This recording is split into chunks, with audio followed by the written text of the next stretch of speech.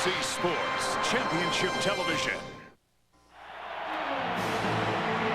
A year ago, Colorado ambushed Texas and won the Big 12 championship. Now they're back.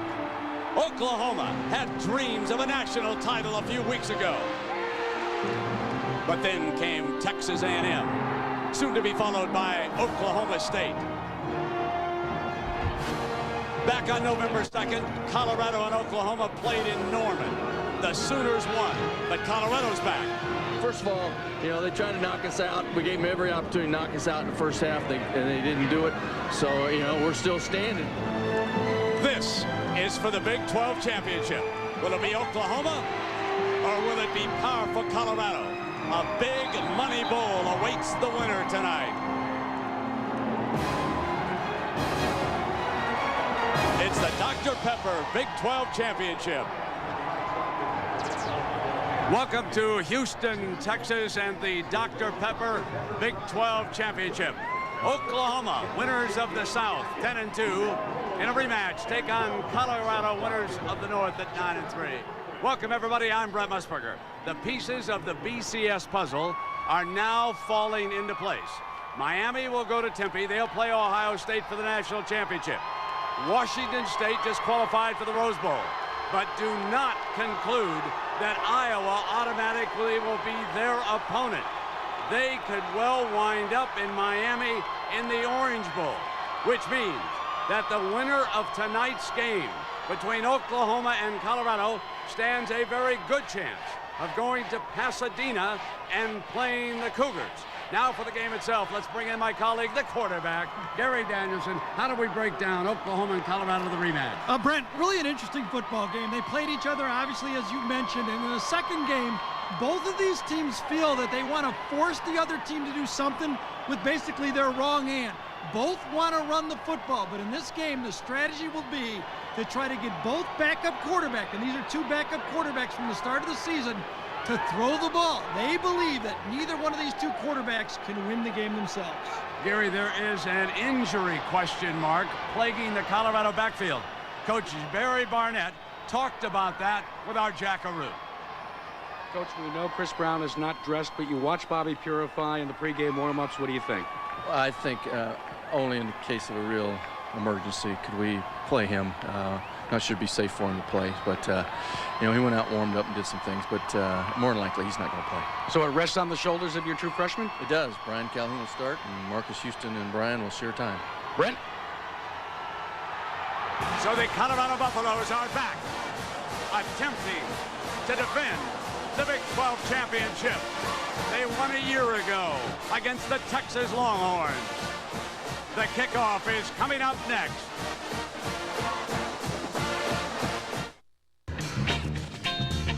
Colorado against Oklahoma. You heard the talk back and forth between the coaches after the first game. Gary Barnett not giving a lot of credit to Oklahoma. That set something up here. That sure did. Well, Oklahoma's lost 2 games, and both teams have beaten them with the deep ball. But that's one thing Colorado doesn't do very well, throw the deep ball. And Colorado, though, their running game, they may have to throw the deep ball. We, of course, will see at halftime. Right now, let's take you out to Jackaroo. Jack. Thanks, John. There's a little bit, maybe, still a remnants from a week ago in Stillwater, but not with this team, Coach. It wasn't hard to get them back up? No, we've earned our way here. We're excited about the opportunity. We'll go after it tonight. Thanks, Coach. All right, thank you. Bob Stoops and the Sooners of Oklahoma are favored in the rematch game against Colorado. And tomorrow at 3:30 Eastern Time, the Tostitos BCS Selection Show. Where will the winner of this game go? Will it be Pasadena? Will it be New Orleans? Will it be Miami? We'll find out. Since the last meeting, the Sooners are only 500, and Colorado has gone 3-0. So with the ball on the tee, Gova ready to kick it off for the Sooners.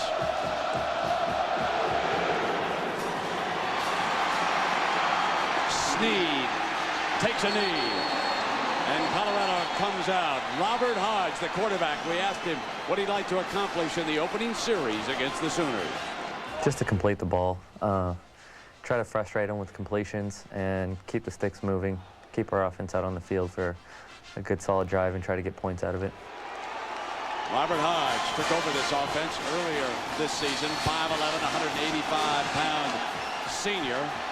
12 touchdowns and 6 interceptions. And the youngster, Brian Calhoun, who beat up on Nebraska, gets the game's first carry. On a beautiful cutback. Speed. Straight. Can't bring him down. Out of bounds at the 43-yard line. A 37-yard gain for Brian Calhoun, his first carry. This was well defense by Oklahoma. You watch this situation right here. Watch them. They've got him surrounded right here. Where is he going to go? That's great defense, but watch a young athlete who cuts back with speed. Speed against speed right there. Calhoun, patient and cut back. His career long, 37 yards. With the injured Chris Brown watching from the sideline. Now Marcus Houston, a fresh back. Play fake. Hodge trying to dash out of trouble. Is thrown for a loss.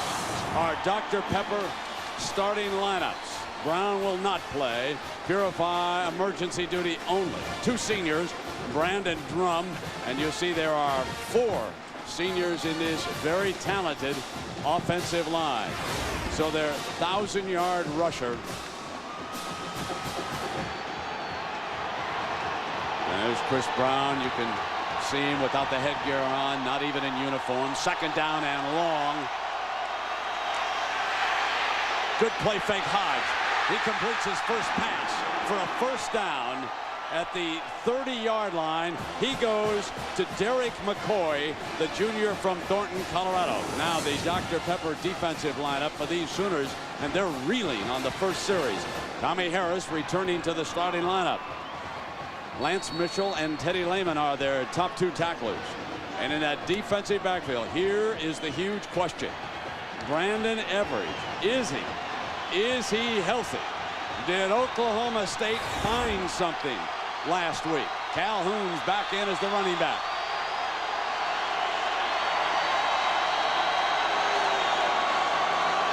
Calhoun behind the right side of his offensive line for a couple of yards. Wilkerson makes the stop. Calhoun's such an interesting player for Colorado. You know, early in a career, any young freshman player, Brent, you know, when you come out of high school, you fake up inside and you run around people and you score touchdowns. Calhoun had to learn that if you're going to run in college football, you have to run more north-south and you must cut back. He's learned the game. You know, he's a true freshman, I know, but he's learned how to play the game, and you see his natural ability taking over. Monte, the wide receiver who brought the play in, is split out to the left. 2 tight ends. The Buffaloes with a power football. Calhoun looking to cut back. Made it to about the 24-yard line. And Pasha Jackson, number 53, the linebacker, bringing him down. So with Chris Brown out of the game and Purify, a huge question mark.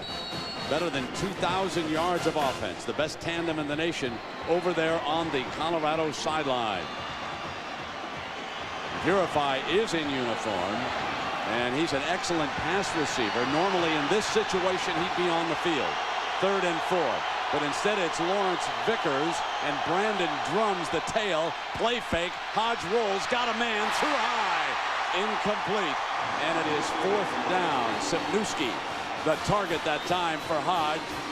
Eric Passy, number 13, playing that spot that Roy Williams played a year ago, was right on the coverage. Did not go with the play-action pass. That's what Oklahoma State burned them with those play-action passes, and Passy was right on the coverage. Jason Buryanek is the holder for this field goal attempt by Pat Brome. It'll be a 41-yarder. Colorado hoping to get on the board first.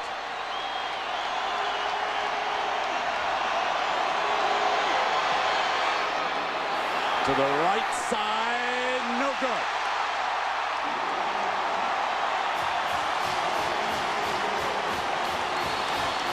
So the Buffaloes waste Brian Calhoun's career-long 37-yard run. Now, Oklahoma's turn when we come back. Oklahoma quarterback Nate Hibble told us he wants to go on the attack quickly against Colorado. Different defenses have different styles, and theirs is more of a slow-paced type.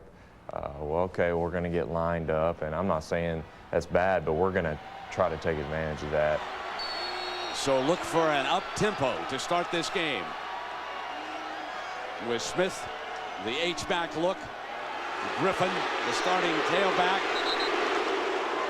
powers his way, and so Hibble, the 6'4", 220-pound senior. He's a big dude, bigger than you might think. Without looking at the sideline, Hibble now will take the play into the huddle.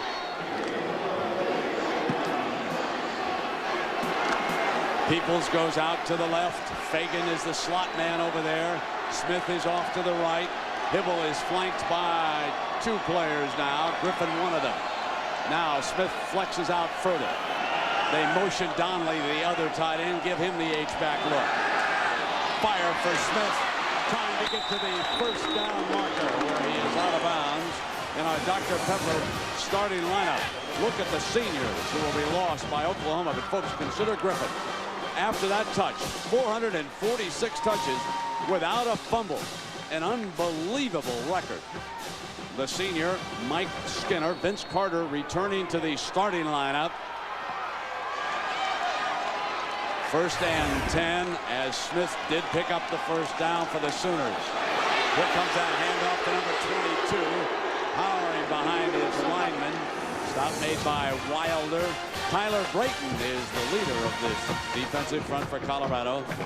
Big difference is the fact that Tufts, the linebacker, has returned. Drew Walrus, the senior, but Sean Tufts is a difference maker, and he did not play in November down in Norman. See some quick huddles coming up for Oklahoma already, just like he's told us. Strickland, the leading tackler. And this will be 3rd and short coming up for the Sooners. Brayton forcing Griffin out of bounds. You can see the game emerging. Oklahoma wants to run Quentin Griffin, but they want to do it with a little quicker tempo than they did last time. And I think also you're going to see Oklahoma go deep a few more times. They had a big lead in the last game in rainy conditions.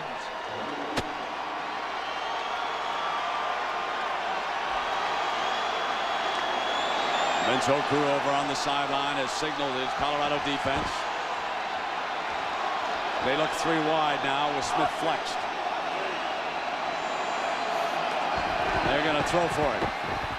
Got the first down. It's Peoples across midfield. He was out of bounds at the 48-yard line. And Jack Arute, there's a new look with this Colorado defense here tonight. Yeah, Brent, you were referring to defensive coordinator Vince Okru signaling in the plays. Don't be so sure that they're coming from Vince. You see, after the last game, Vince Okru discovered or highly suspects that Oklahoma had gotten all of the defensive signs and were using them to their advantage. So what they've done is they've divvied it up amongst 3 different coaches. 2 of them are dummies, and 1 of them is the real sign. It's something that NFL offenses do just about every Sunday. First down and 10. Play fake. Hibble rolls right. On the run, complete to the 42-yard line. A pickup of 6 yards. Antoine Savage. Let's talk about what OU wants to do. They want to count that box. When you're in a spread for offense, you have to count. If they have more in there, you must throw. Oklahoma must take some of those short throws and run with the ball after yards after catch, and never forget about our little guy, number 22, Quentin Griffin. He is a game breaker in himself.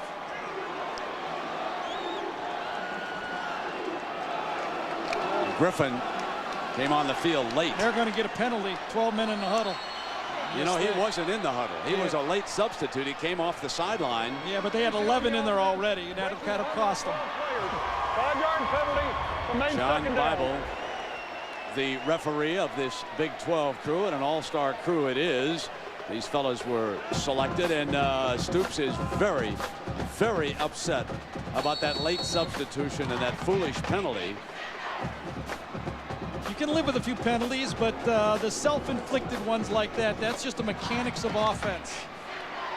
Brandon Jones, a very good-looking wide receiver, is off to the left. He has single coverage out there. Second down and long. If Hibble comes up firing, looking for a target, he's got one-on-one, but he's going to run the toss. Here's Griffin. 1 man bring him down.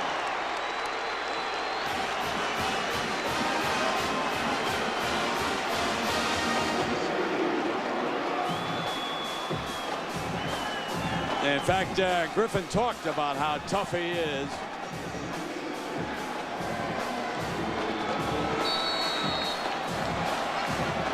So back into the huddle, 3rd down.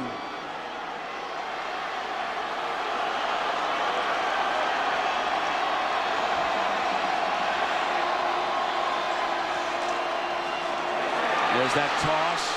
Griffin. 1st down, sideline. Out of bounds at the 21-yard line. Sean Tufts, the Colorado defender, and the OU offense with a 20-yard burst. Trent Smith is being considered, number 88, the All-Big 12 tight end, is being considered by Colorado as a tight end. But watch him come out here and stock block. That's really what allows this option play to go. Smith at the bottom of the screen right there. Look at that block. That allows your running back to get those extra yards and pick up 20 instead of 6 or 7 yards. Good job, Trent Smith. And Griffin is a rascal. 5 carries, 39 yards already in this game. He's coming again. Can one man stop him? It took 3 to get there, and we talked to Quentin Griffin about how difficult he is to bring down. We do a lot of squats in the weight room, so I guess that helped us run through tackles as running backs and as receivers also. But, you know, I don't like to get tackled by one guy. It's worth. I consider Quentin Griffin to be the most underrated running back in college football. He is a gamer. He put 250 up on the horns this year. Kewan Jones will give him a break. He's a tough runner. Number 20 for the Sooners. Here he comes. Big hole. And he's stopped at about the 12-yard line.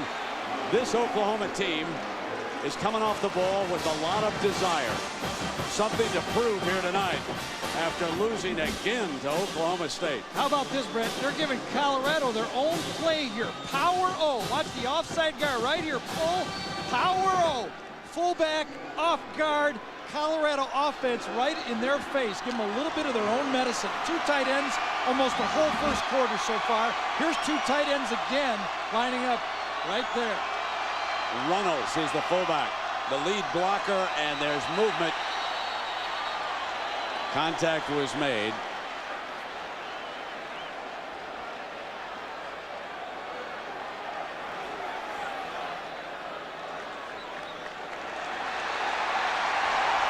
Before the snap occurred, offside on the defense. 5-yard penalty. That's a first down. Well, tomorrow is the last chance for the top skaters from around the globe to qualify for the ISU Grand Prix final. Don't miss the action. Now, ABC will take you to Japan for the NHK Trophy tomorrow at 4 Eastern, 1 Pacific on ABC Sports Championship Television. Oklahoma's #1 offense in the Big 12 inside the red zone. You see it right there.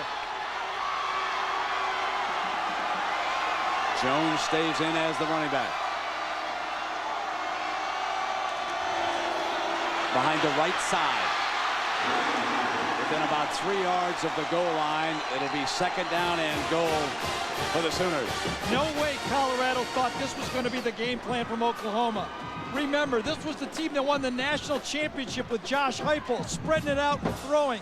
Last year they couldn't run the ball with a finesse offense. Now they're lining up 2 tight ends and running it right at the Colorado defense. Now they're rushing. You can see the difference that Kevin Wilson has made as a coach on this staff coming from Northwestern. Changed the way this offensive line blocks. 2nd down and goal. The toss. Jones stopped. Very, very good defense down by the goal line that time. Corey Masoni, number 12, the senior from Broomfield, Colorado, led the charge. Great job. This defense features a strong safety, a weak safety, and a free safety. It's an 8-man front, and those 2 guys, Masoni is playing a strong safety, but he was really spent 3 years here at Colorado as a linebacker. So this is an 8-man front defense, and so far Oklahoma's running the ball right in the teeth of it. Oku's defense digs in. 3rd down and goal. Play fake. Hibble's going to throw for it. Got a man wide open. Touchdown. His roommate, Trent Smith. Hibble to 88, and the Sooners are on the board.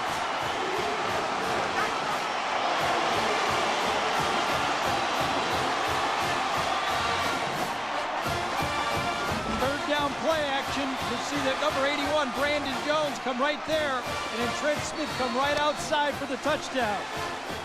One guy goes inside, they cross. A little pick action and a perfect throw from Nate Hibble, but it was all set up with that run game inside. Trey DiCarlo. Tacks on the extra point. Last week was the only time in Bob Stoops' career in Oklahoma that he did not lead once. That will not be the case here tonight. Sooners lead it 7-0. The Dr. Pepper Big 12 Championship on ABC is brought to you by Dr. Pepper and your local Dr. Pepper bottler. Be you, nothing's better. Dr. Pepper. Pontiac, fuel for the soul. The people of Allstate, you're in good hands with Allstate. And Budweiser, delivering beer at its best. That crisp, clean, refreshing taste known only the king of beers. Well, there's the waterfall, part of the Wortham Center in downtown Houston. That's around the theater district down there. Let's take a look at that Pontiac performance drive summary, and a beautiful drive it was. Nate Hibble was perfect, 4 of 4, including the touchdown pass. Now it'll be the second series for Colorado if they hang on. Couldn't even get back to the 20-yard line. Roderick Sneed bobbling the ball. So we are at the bottom of the hour. Oklahoma and Colorado. Let's take a look at our Pacific Life game summary. Griffin carried 6 times for 41 yards, setting up the touchdown. Hibble, number 88. Boy, when you're able to run the ball, it's easy to throw the ball, isn't it? No hard throws at all for Hibble in 4 for 4. Colorado digging uphill.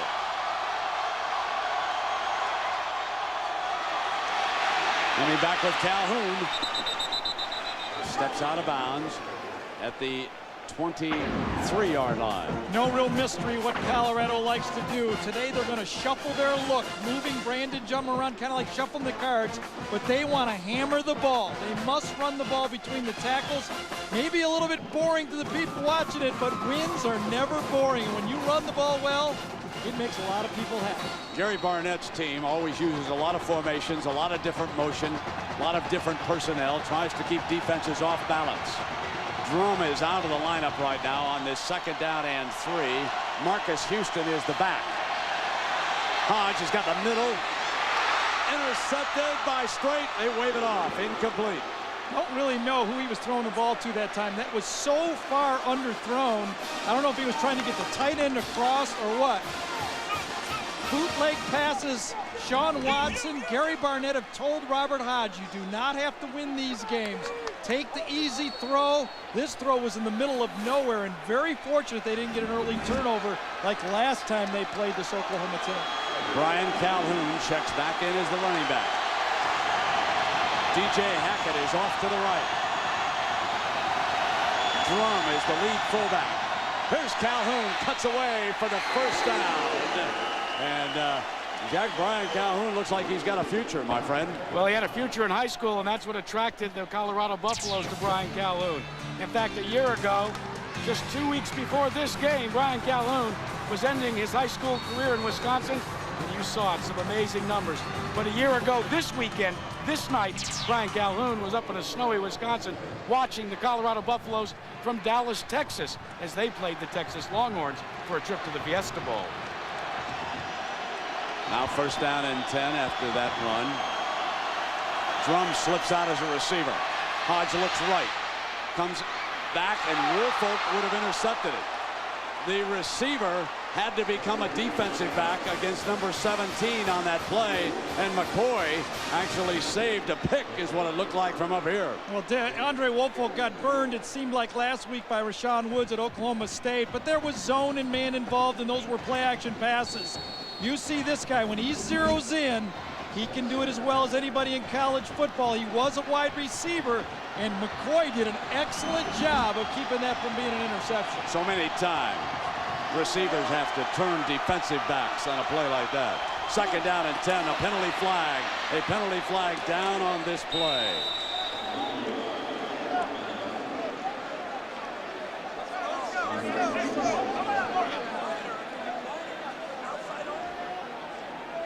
John Bible sorting it out down on the field.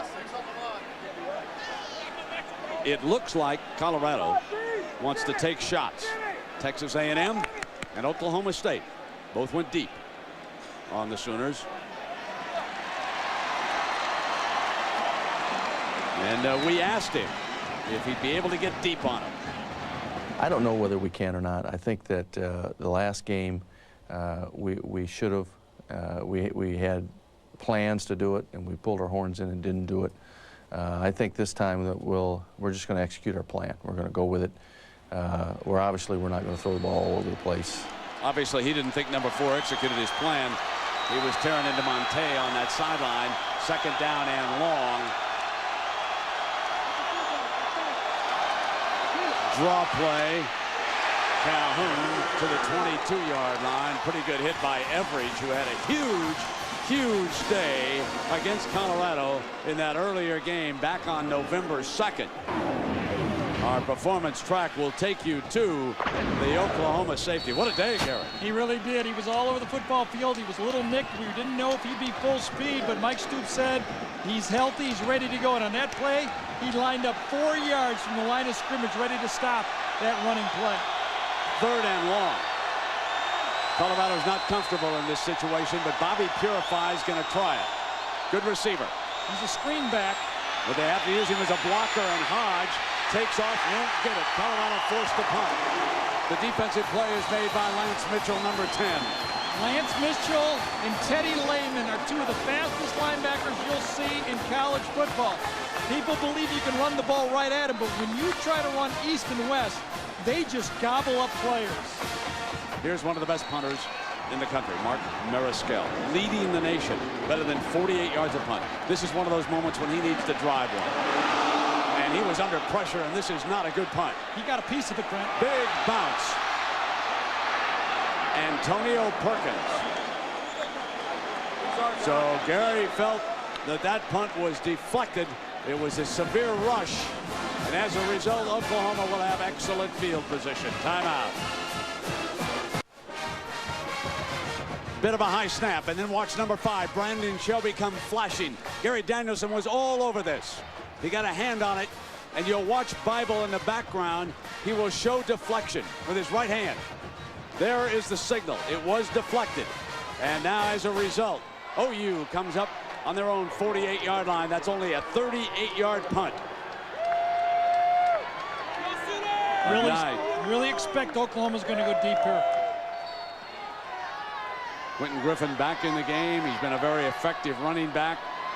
Now it is Smith with the H-back look. Instead, Hibble on the keeper, slashed to the 41-yard line. Well, next Saturday, Phil Mickelson and David Toms team up to represent the USA. They take on pairs from 23 other nations at the World Golf Championships, EMC World Cup, and ABC's coverage begins next Saturday at 4 Eastern, 1 Pacific. You can tell this is a championship game. Nate Hibble, who's, I think Oklahoma tried to keep him healthy all year. He's not a running quarterback. Jason White, the former starter, was. But in this game, they're running all the options, all the plays.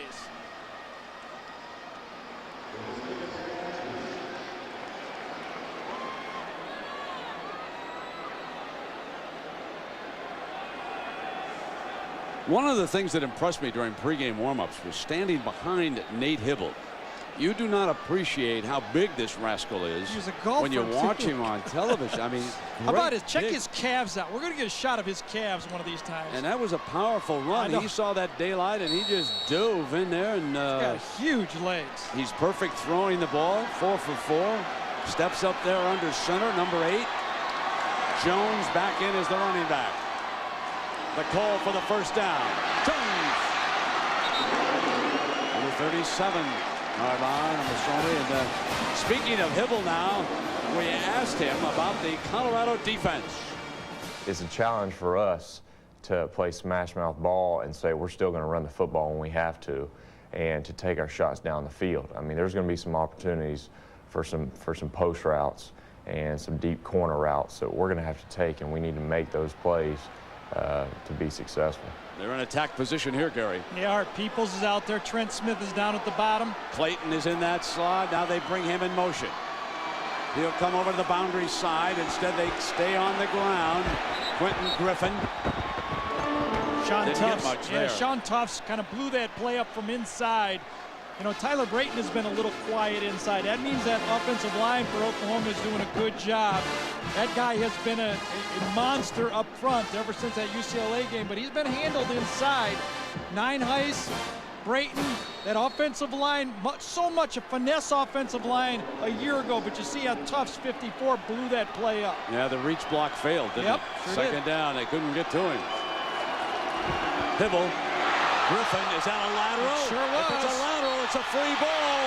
They're calling it incomplete. Incomplete is the call. We'll go back and take another look. Right. The Colorado coaches believe that it was a lateral. I just saw it as very, very close up here. It was real close. Tell. When you're throwing to your left, your right hand is closer to the line of scrimmage. Look at the replay, but it's not going to do him any good. It's very close. Even if the replay's in his favor, folks, forget about it. This is not the National Football League. Think about this, though. I think it was a double pass, though. I think Quentin Griffin was going to throw that ball, and it was a lateral. I think it was a gimmick play. When the right-handed quarterback turns to the left, his arm is closer to the line of scrimmage, and you're susceptible for that call. Third down. Oklahoma's blitzing.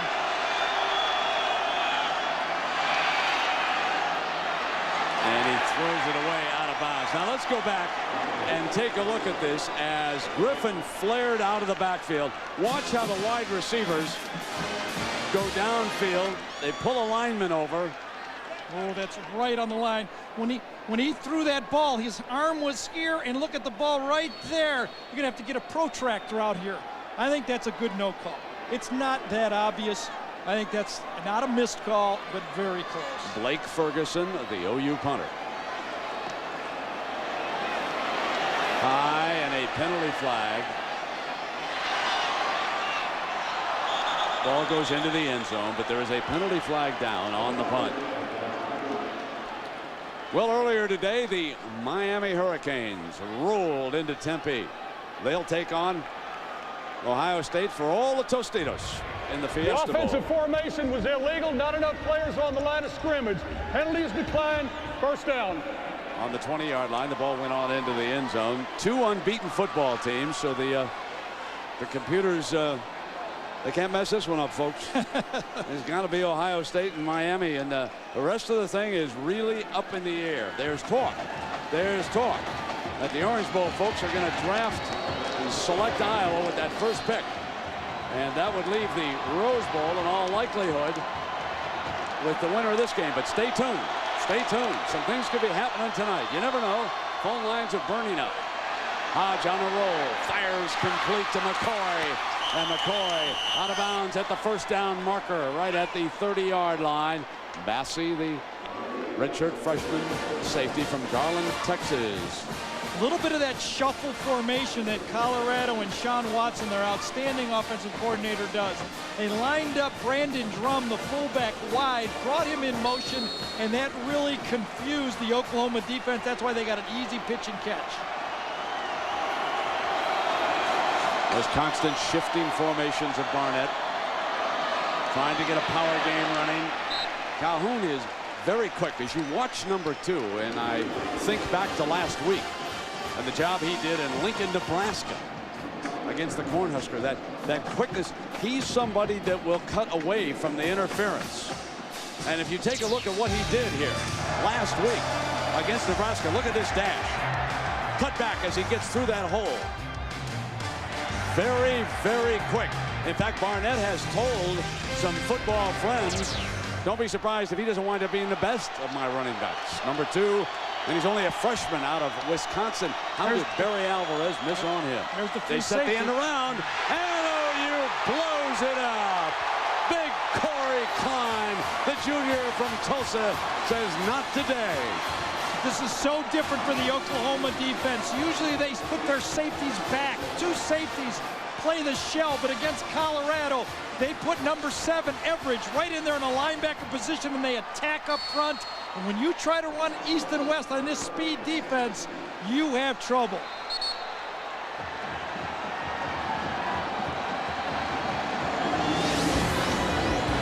At the Dr. Pepper Big 12 Championship, Oklahoma leads Colorado 7-0.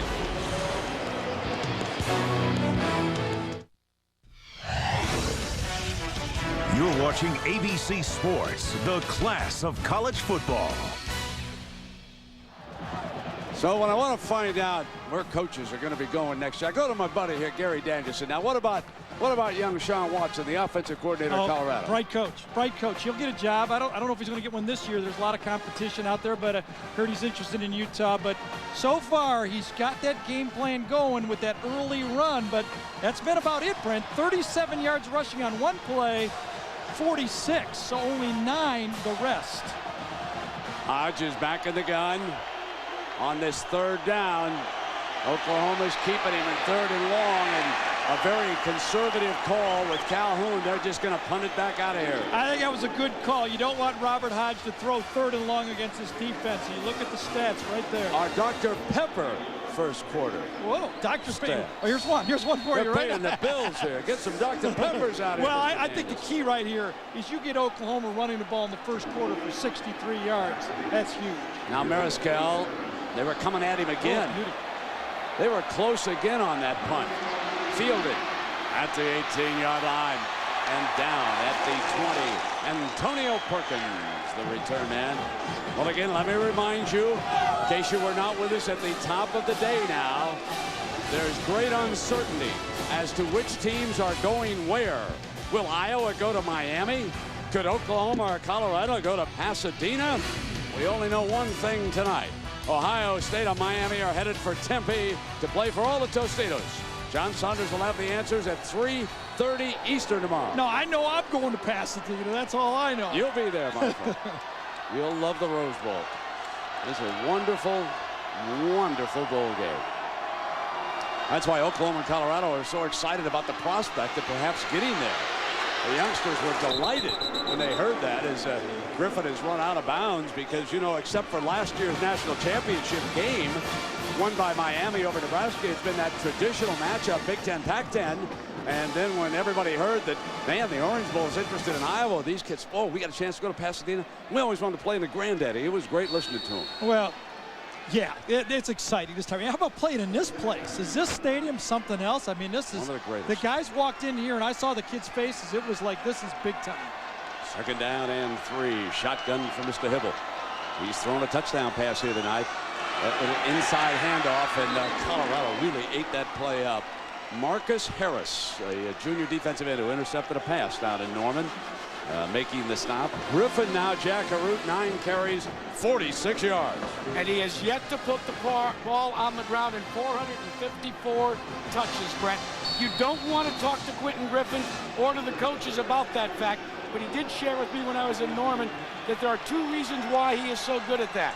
He said, number 1, there's a blaster machine that you work on during practice, tries to knock the ball out. And then he says he's learned to keep the ball tight up against his rib cage. He said, I don't put the ball on the carpet. And 3rd down and 2. Doesn't put it down on the grass either. Look at it. Rams his helmet down, crosses the 35. Came very close a few moments ago, though, on that lateral or incomplete pass. Here is Quentin Griffin. Runs a 4.43 40. Social Major, very quiet young man. Probably one of the reasons why he didn't get a lot of publicity is he's not comfortable with interviews. I know that Jack did talk to him. Very, very nice young man. Tends to be rather quiet. He's someone, if I was an NFL team and had him know third or fourth, I'd really take a look at Quentin Griffin. Catches well coming out of the backfield. Very strong, hard to bring down. Got that low center of gravity. He's out of Humble, Texas. He's coming on back here to Texas, and not much doing for Quentin that time, and you can see how many black shirts jumped him. Marcus Harris led the way. You can also see that Vince Okru has decided to be more aggressive on first down. He's attacking the formations and trying to get that running game stopped. Can't win the game if you're Colorado if Oklahoma runs the ball well on first down. Trent Smith, the play before, looked like Griffin landed on top of him. He limped off, and it looks like Brent, it didn't look that bad. I saw him standing there. I got to tell you, though, Gary, that can sometimes you roll up on the back. He ran okay, though, off the field. Did he? Yeah. Okay, I hope he's all right. Hibble back now, sets a screen. On the juggle, 22. That's why he's so impressive as he crosses the 45 for another Oklahoma first down, 15 yards. Mr. Hibble now 6 of 8 for 48, and Jack, how's his touchdown target, Smith? Well, and his roommate, Trent Smith, is getting taped on the outside of his shoe. It's just a slight sprain. They're going to immobilize it just a little bit with the tape, and he'll be sent back out to try and catch some more passes. Boy, from his roommate. Chuck Long is keeping this Colorado defensive coordinator for Oklahoma completely off balance. They don't know what to do. There's that inside handoff. Penalty flag on the play thrown by the linesman on this side. Al Green is our head linesman over here. Don't know if it's 5 or 15, but the way Quentin Griffin went down, you might suspect it's 15. Yep, personal foul. That'll be 15-yarder. You know, one of the things, and when you saw the thing as you would come to the right side, face max right there, and Griffin goes down, they will call that personal foul, 15 yards. One of the advantages, and you know, I thought Barry Sanders talked about this, the Lion great running back.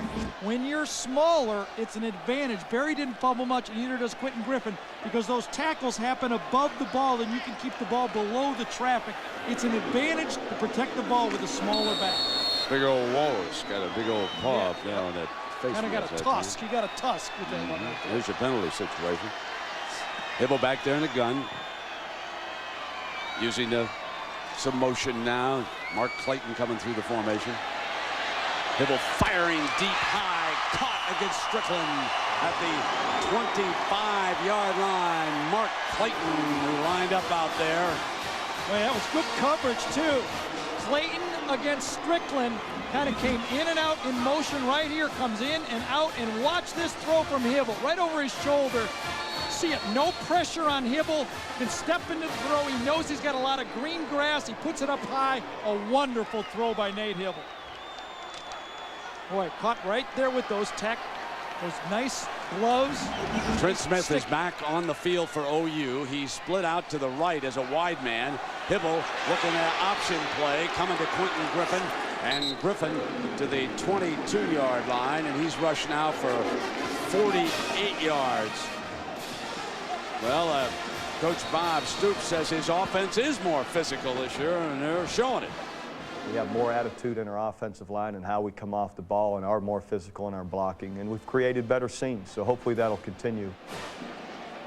And down is Donnelly now, number 86, their other tight end.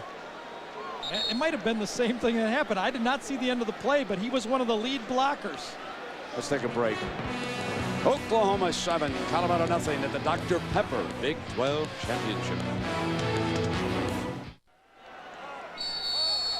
This injury looked a little nastier to Lance Donnelly. That injured leg needed assistance to reach the sideline, so he becomes a question mark as far as returning is concerned. Second down for Hibble and the Sooners. The toss play, and Jones crosses the 20-yard line. Well, it's time for our Aflac trivia question. And who holds the record for the most rushing yards in a Dr. Pepper Big 12 championship game? Chris Brown last year, Amon Green of Nebraska, or how about Priest Holmes of Texas? It was multiple choice tonight. So 3rd down and short with Jones, the running back. James Moses, a sophomore tight end, has replaced Donnelly as they continue to operate with 2 tight ends. They run Jones right straight ahead, and Buffaloes were stout. Sean Tufts, Okru told me he made a difference, a big difference with his defense, and he stepped in there on Jones smartly that time. And that was his first game against Nebraska in about the last 6. And you see the 2 linebackers, Tufts and Wall, was right there, and they meet the isolation play right in the hole. Looked like he got close to the 1st down right there, but you see the 2 linebackers, 16 and 54. That's how you take on that isolation play. What a different personality this Oklahoma team has than a year ago. They can run the ball. Last year they couldn't do it at all. Just enough. Jack, what are you hearing about Donnelly down below? Well, Brent, it's up in the high ankle area, and they have checked him out, and they're actually going to retape him up because Lance Donnelly doesn't want to come out of the game. He's been pleading with the trainers. He said, just tape it up good and tight, and I'll show you that I can still be mobile on it. So he knows it's a championship game, and he wants in for more. Tough hole, Sooner. 1st down and 10. Hibble. Firing high and incomplete. Jones, the intended target. Brandon Jones, good-looking young receiver. Donald Strickland, the leading tackler in a tough corner. Brent Musburger with Gary Danielson and Jack Arute at the Dr. Pepper Big 12 Championship live here in Houston, Texas. The Texans, brand new stadium, Reliant Stadium. 2nd quarter, 9:44. 2nd down and 10. Griffin is the running back. Motion from Peoples, but the play is whistled dead. Oklahoma had a kind of a trick formation there, unbalanced line, and yeah, they didn't line up. They tried to beat them to the line of scrimmage, and they did not line up and get set. The offensive leaders tonight, Hibble, 7 of 10, has thrown a touchdown in this game. Griffin. And for Colorado, Calhoun for 58 yards. He had his career long on his first carry of the game, 37. So Griffin having a big day as the leading receiver and running back for OU. He has 22 yards catching the ball and 48 more running the ball here tonight. 2nd down and 15.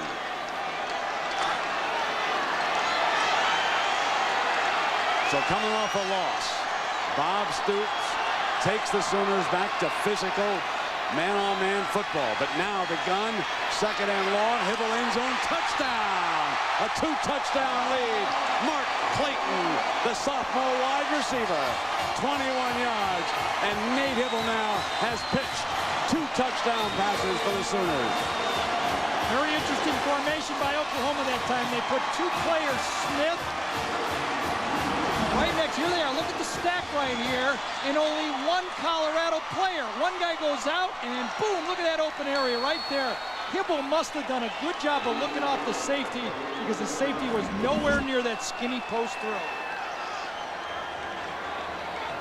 Good game plan for Oklahoma tonight. DeCarlo deflected.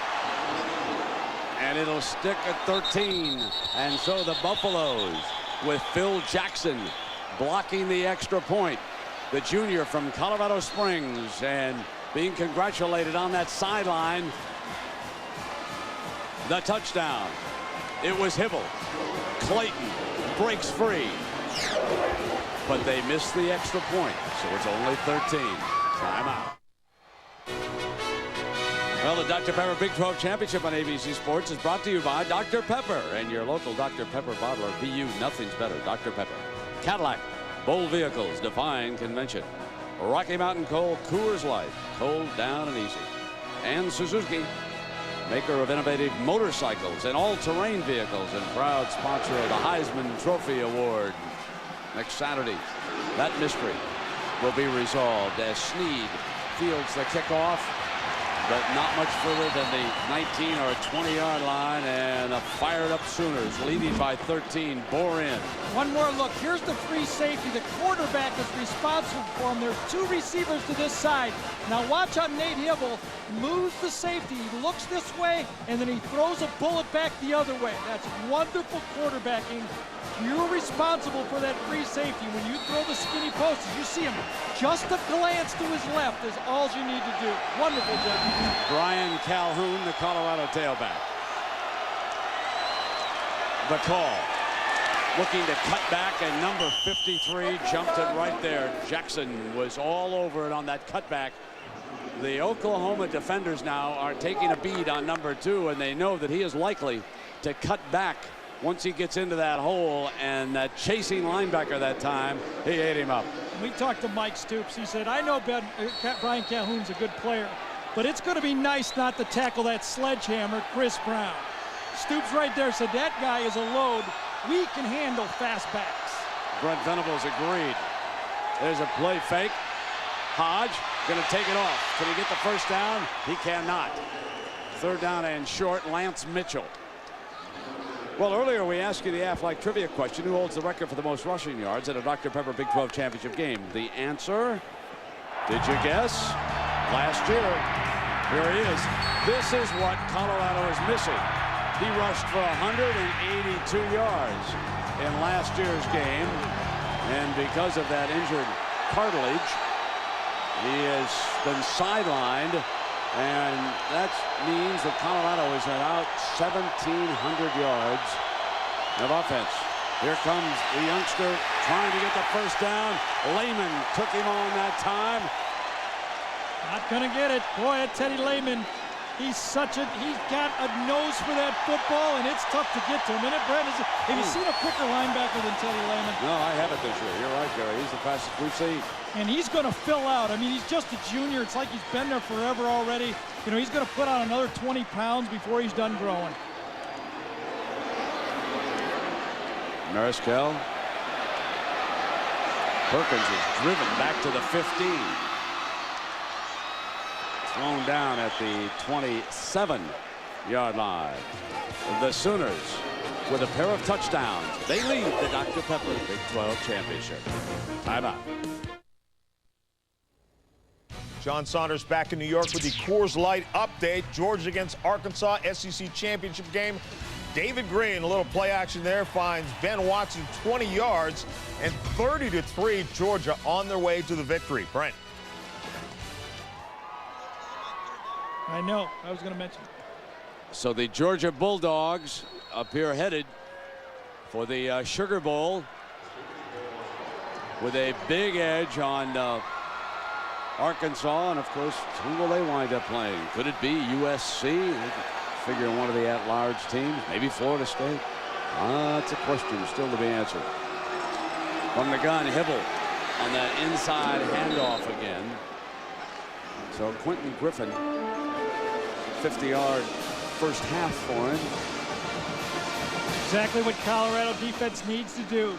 Stop that run game on first down. Chuck Long is going to keep running the ball on first down as long as he's successful with it. Why not? Colorado forces a little second and long and third and long. Look at Oklahoma so far in this game. 5 for 6 on third down. That's because they're running the ball well early. Is that familiar run or pass look by Oklahoma? Runnels in that backfield. Hibble wide open on the corner. Down at the 30-yard line, though, and we'll take a look at our Pack Life game summary.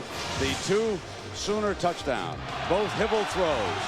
First to his roommate, Smith.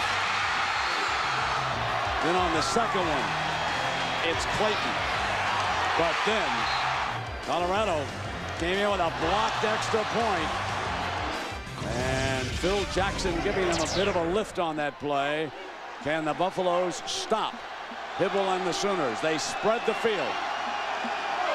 5 receivers. Need to get to the 37, throws for it. Smith tries to reach for it. Not out of bounds. Well defended by Jackson, who's having a good game. They had the matchup they wanted. Trent Smith matched up against a linebacker. But boy, nice job by Jackson coming up. You see it, they got inside. Matched up on a linebacker, but here comes this corner reading the play perfectly. Boy, that's nice hands. He got hit just as he caught that ball and caught it. Just short of a first down, and an injured Colorado player is Phil Jackson, who blocked that extra point. So he's down on the ground receiving medical attention. You would think leading by 13, fourth and about a yard to go here, that Stoops will not gamble, but we'll still have to wait and see what he decides to do. A reminder that tomorrow on a new practice here on ABC, one lawyer must face his own guilt before he destroys himself. A new practice, that's tomorrow, 9 Central, right here on ABC. You know, while I'm thinking about it here in prime time tonight as we watch Bob Stoops and football,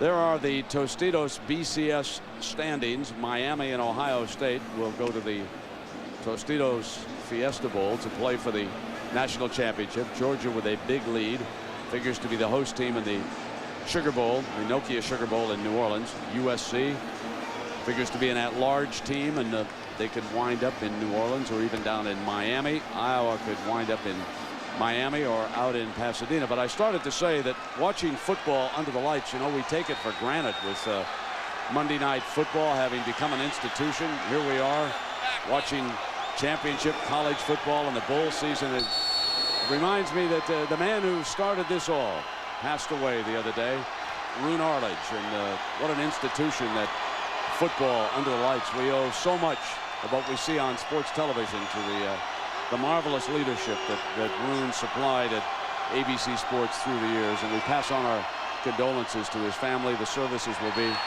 Monday in New York. I'm sure there will be a huge crowd there. Our director, Larry Cam, will be one of the directors. The funeral will be seen on television, and we will take a break. Gary, fairly one-sided in the quarterback situation. Yeah, so far in this game, Robert Hodge misses Chris Brown. I don't think there's any doubt about that.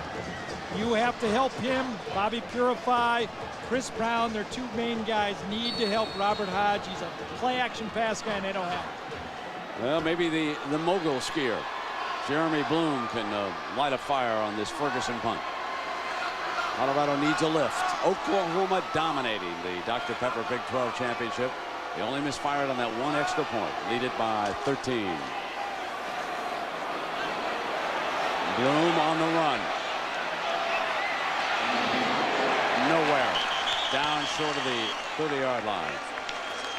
Well, coming up at halftime is the Dr. Pepper $1 million pass. This is Don Reed from Westminster, Colorado. He'll attempt to throw 3 passes into a giant 8-foot Dr. Pepper can for up to $1 million.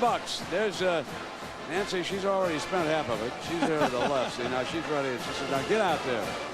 Don Reed. And he'll be up with Jack Arute at halftime, and we'll see if he can throw the old football, chuck it into that Dr. Pepper can. 5:26 now. Still plenty of time, and Calhoun not getting much now after that opening run by Calhoun. He's carried 11 times for 64 yards, but 37 of those yards came on his first carry. You know who's been quiet in this football game has been Brandon Drum. He is one of the key players in this offense, and Colorado must find ways to get Drum the football. Throw to him short. He's a good screen player. They must find number 33. They're flanking him out wide this time. Putting him out as a pure receiver, bringing him in motion. He can still lead it, and he does. Big hole. Calhoun cuts the daylight. He's got speed. Straight's chasing him, and he's got him down at the 42-yard line. Whoa, you give him a little daylight, and he is off. That's 25 more yards for Calhoun. See, that little changeup of putting Drum out at wide receiver and bringing him in changed up Oklahoma's defense enough that they lost their defense. They lost their safety, Phil, and Brandon Everidge did not fit the gap, and all of a sudden you got to play. That's that coaching that gave Nebraska problems and really been the difference that Drum brings to this offense. Here he comes again. Calhoun cuts the daylight again. The linebackers were looking at number 33, Calhoun. Stumbling, loses his balance, but not before he crosses the 20. That is 23 more yards, and he is now at 112 yards in the first half. You see it, Drum gets in here. He started at wide receiver to get here, and he plays this way, but look at Colorado doesn't have their, Oklahoma, doesn't have their fits. There's the cutback right there, and all of a sudden, things that were, remember we did that Nebraska game against Colorado, Drum did the same thing. He motioned back and forth, and all of a sudden that Oklahoma defense does not have their safeties in the right spot. Number 2 stays on the field. 100-yard first half. Drum in motion's been the difference. He's the lead man. There's daylight. Short of the 15-yard line. Well, a reminder that coming up on the Capital One halftime show, John and Terry will have highlights and analysis, plus the Dr. Pepper $1 Million Pass. And Jim McKay will reflect on his dear friend and longtime boss, Roone Arledge. I don't think anybody through the years was any closer to Roone than Jim McKay, and we'll hear from him at halftime. 2nd down and 7.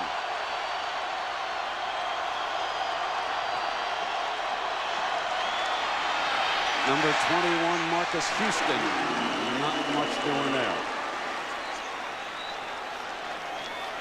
Lance Mitchell, number 10, hitting first. Now this is where Robert Hodge can make a play with his feet.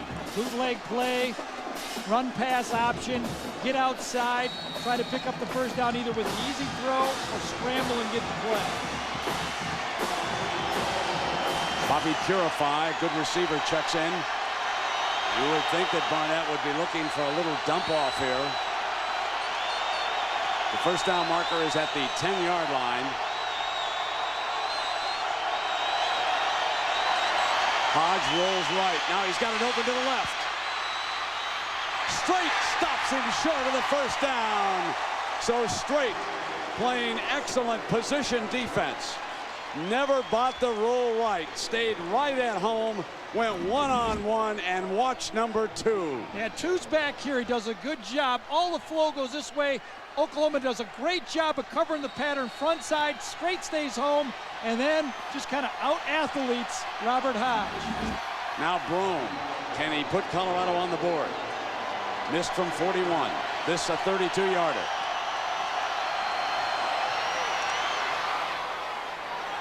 Was going right again. No good.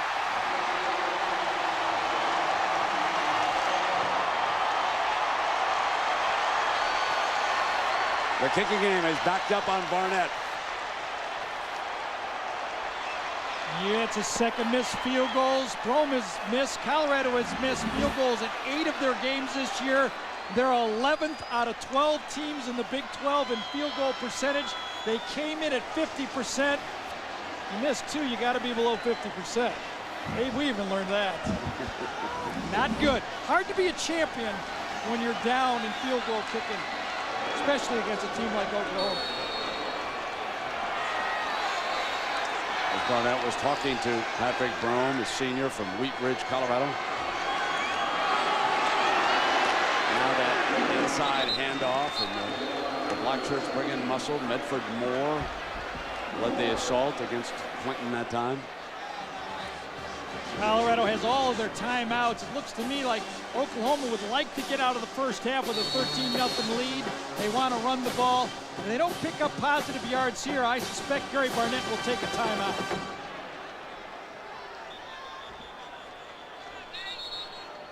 Well, at halftime, John will show you how Miami advanced back to the national championship game. Willis McGahee, Ken Dorsey, big days, both of them. Miami's only misstep is they tried to use Dorsey as a receiver once, and it blew up in their face late in that game. Gary didn't think much of that call, folks. Second down. It's up there. It's up there with the bad ones.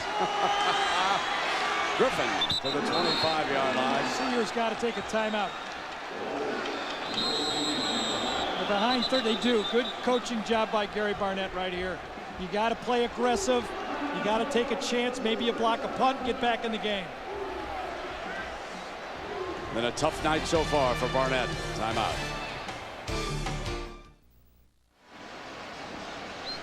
Not getting a whole lot better, Gary. No, about the only position he can play is quarterback for Washington State. Jason Kessler did a wonderful job with an injured high ankle sprain, and Conley continues to limp away. We got a third down now from the 25-yard line. And Hibble looked back at the referee, and he wanted a timeout.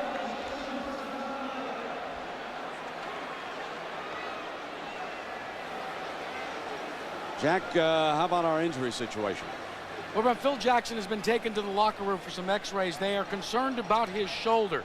They don't know whether it's a separation or anything more serious, but they're going to take him in there because one of the great things about Reliant Stadium is they actually have all the NFL requirements, the x-ray machines, everything else right here because of the Houston Texans. This is a great facility. The locker room that the Texans have may be the best in the NFL. This is a roof that can be closed in 7 minutes if a fierce storm comes up. It is open here, and this certainly stands out as perhaps the most beautiful and functional stadium in the National Football League. And of course, tomorrow, Gary, we've got the BCS selection show at 3:30 Eastern. I know you'll be watching to see who's going to Pasadena. It's the Tostitos selection show. John and Terry will have all the answers for us at 3:30 Eastern. I think there'll be some lobbying late into the night tonight. Oh, listen. Those cell phone minutes going, you think? So there's the running back comparison right now. And difference, of course, in this football game is that Oklahoma has been able to finish what Griffin has started. And remember, Griffin has also picked up 22 more yards receiving passes by Hibble. Jones, third down. And Hibble on a pump fake tries to go long, and Strickland had really stopped the receiver, Will Peoples. I was going to try a hitch and go. Remember the last time for Oklahoma, they ran a third down pass to Trent Smith, and Phil Jackson bid on it. Here it's a hitch and go to the outside. Strickland holds his ground. Boy, it was right on the same stem. I mean, that could have gone either way. Strickland, if you had Peoples try to avoid him a little bit more, I think they would have called that one. Ferguson knows he'll probably be under fire. Bloom is back to return the punt. Ferguson's a three-step punter. Colorado, 44 seconds. The Sooners calling out their assignments, and they set the return. Going to go out of bounds and stop the clock with 36 seconds. So Bloom is a great mogul skier, Jack. Yeah, Brent, things get a little hectic for Jeremy Bloom around this time of year. Going to play in this game, then he's hitting the slopes with some of the new snow in Colorado to prepare to go to a World Cup event for moguls in Finland on December 19th. And in between, he's got to take final exams, and I'm sure he's going to have to look at a little video if Colorado should win this game and go to a bowl game. Well, they'll go to a bowl game somewhere, win or lose. They're an attractive item, these Buffaloes. And Hodge trying to do something, overthrows the deep man. I believe that was McCoy breaking down there from the slot, but still 31 seconds to work with. If there has been a difference here between the two, you'd have to look at the passing stats.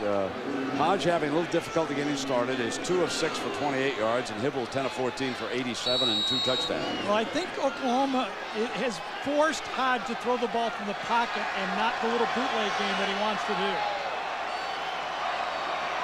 Second down and 10. Underneath man, and he threw that high. So Monte losing his balance, and he was wide open when he caught that ball. He would have picked up, and he might even have got a first down and stopped the clock. So the offense for Colorado has been freshman running back Brian Calhoun. Eric Benamy has done a good job with these running backs, one after another. And watch this burst, and the young man's ability to cut back. Now straight and flat fly, and he's causing straight problems there. Here he is again. Straight running him down from behind that time. Well, that's been a pretty good matchup. I think the other difference, you can see why the Colorado passing game's not working. Usually when you watch Colorado run the ball, they're getting 6 yards, 3 yards, 5 yards. Calhoun has got his runs in big chunks. That means they have not been able to set up that play-action pass game off of it. Bottom of the hour, and Oklahoma leading Colorado 13-0 at the Dr. Pepper Big 12 Championship. The Sooners 2 touchdowns here in the first half and a missed extra point. That's why we're sitting on the 13. Earlier today, Miami made it to the national championship game, and believe me, the Ohio State Buckeyes will have their hands full with that crew. Plenty of speed. Maurice Clarett gets more time to get healthy. That'll help the Buckeyes. Ohio State with a stout defense. Third down. Hodge fires deflected. Incomplete. Straight for a moment. Looked like might have a shot at that ball. You'll see Oklahoma come with the blitz right here. Forced a hot throw. Teddy Lehman's there. Ball bounce up and straight knocks it down. And now Colorado's going to be forced to punt. I would go after this one. If I was Oklahoma, I would go after it and try to block it. Oklahoma has a timeout left. 19 seconds. Mariscal. There's nobody back to return this. Oklahoma just going to let it roll dead. And it does with 8 seconds left on the clock. Another good coaching job by Bob Stoops. Why take a chance and field that punt? You may drop it. You know you're going to take a knee anyway. Just let the ball roll and finish the half. Jonathan Hayes is the special teams coach for Oklahoma. Jonathan is someone, when you're thinking about a head coach somewhere, a very impressive young man is Jonathan Hayes. And I talked to him. I said, you know, Jonathan, you've never been a coordinator. Does it matter? He said, you know, but I coordinate the special teams at Oklahoma. I spend a lot of time. I think I've studied the offensive side of the ball, and he'd be worth a look for some of these schools. As Hibble content to run out the clock, and the Sooners will take this 13-point lead on into the locker room here at the Big 12 Championship game. And let's join Jack again. Well, Coach, Hibble's getting it in the air. Quentin Griffin's getting it on the ground. Do you change anything? Just got to continue to play well and execute. You know, sure, we've made a few mistakes defensively. Hopefully we'll get those corrected, some adjustments. They give you a lot of different formations. We'll get that hopefully ironed out at halftime. And, yeah, offensively, we just got to keep moving it and scoring. Thanks, Coach. Okay. Outstanding coach. Bob Stoops, a few years ago, won a national championship. Now, will he go to Pasadena or Miami? He's got a half ahead of him against Colorado. Let's go to John and Terry.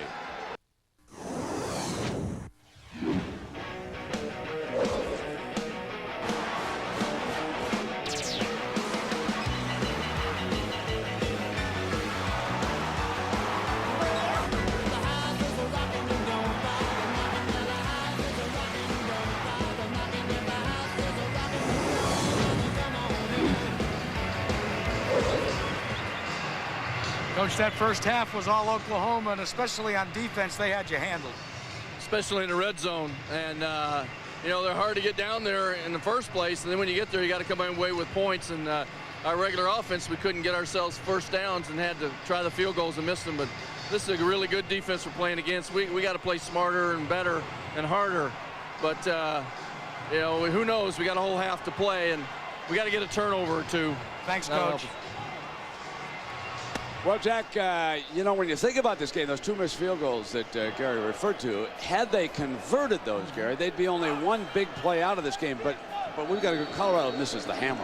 They really do. I mean, Brian Calhoun's got a nice half, 115 yards, but 85 have been on 3 plays. That's not like Colorado. They like to grind the ball, boom, boom, boom, 6-5-4. They need to do that. But I tell you what, turnover's a good idea too, though, for Colorado. Oklahoma with the first possession of the second half, and they can really get a stranglehold if they can do something. Savage, the return man, and out to the 24 as we take a look now at the Pacific Life game summary. First half statistics, and Colorado being stymied on the third down because Robert Hodge, Gary, is only 3 of 8. Yeah, he is. A nice balance by Oklahoma. Look at that, 87-87. That's what you dream about as a coordinator. And Chuck Long has used the running game and the passing game to keep Colorado completely off balance. Look at that, though. No turnovers the first half. Last time, remember, Colorado turned the ball over 4 times in a loss. Phil Jackson, injured in that first half, is not out there on the Colorado defense. The toss to Griffin. Daylight slashes to the 31-yard line. Let's check in with New York and John Saunders.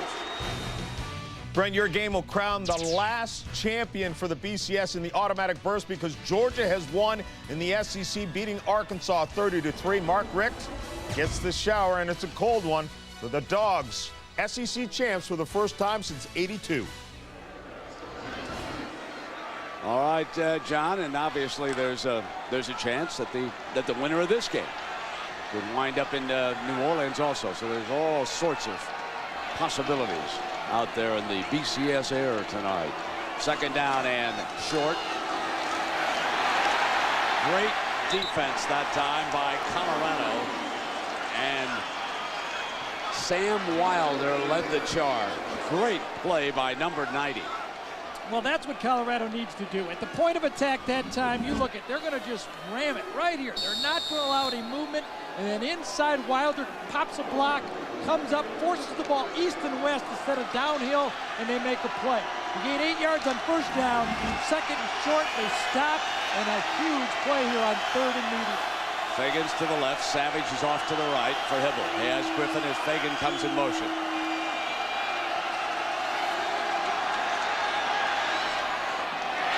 Dropped. And Oklahoma forced a punt on the first series of the second half. Nate Hibble coming off a outstanding first half performance with 2 touchdown passes. But now the Colorado defense stiffens here on the first series. Bloom back to return this punt. The Buffaloes seeking some field position. Blake Ferguson standing on the OU 15-yard line. You look from behind him now.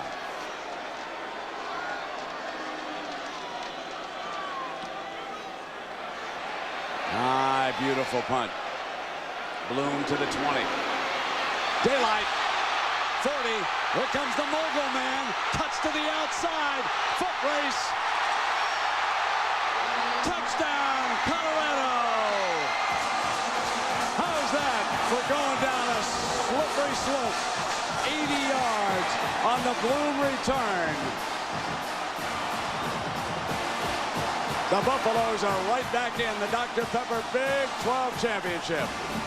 Hey, when you're running full speed this way and you got a guy running 4-4 the opposite way, it's really tough to make a tackle. You've got to break down and not attack that punt returner full speed like that.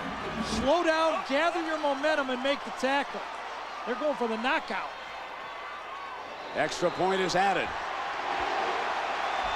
How important now are those 2 missed field goals? Earlier this year, Jeremy Bloom had a chance for a punt return as you watch a Moguls champion on the right-hand side of your screen. Similar moves, Gary. It is. He's got great speed and instinct, and he gets it from scheme. Jeremy Bloom. The reason why Jeremy Bloom is so good at returning kickoffs is the same reason why he is so good as a mogul skier. The ability to separate his upper body movements from his lower body movements. They say that makes him an elusive guy to tackle, Brent. And he certainly was all of that. Putting Colorado Jack right back in the thick of things. Now Savage and Perkins back deep. Both dangerous for OU. Mariscal, the punter, kicks it into the end zone. And Savage takes a knee. You know, Quentin Griffin is going to be the target, and we had a chance to ask Clyde Sorrell the key to stopping Griffin in this game. He reminds me of Barry Sanders, you know. Barry Sanders, he's small, but he make you miss. He breaks tackles. You got to wrap him up. You got to stop him. I mean, you got to get him. You got to stop him before he gets in the rhythm. In that last series, Colorado was able to stop OU before they got in the rhythm.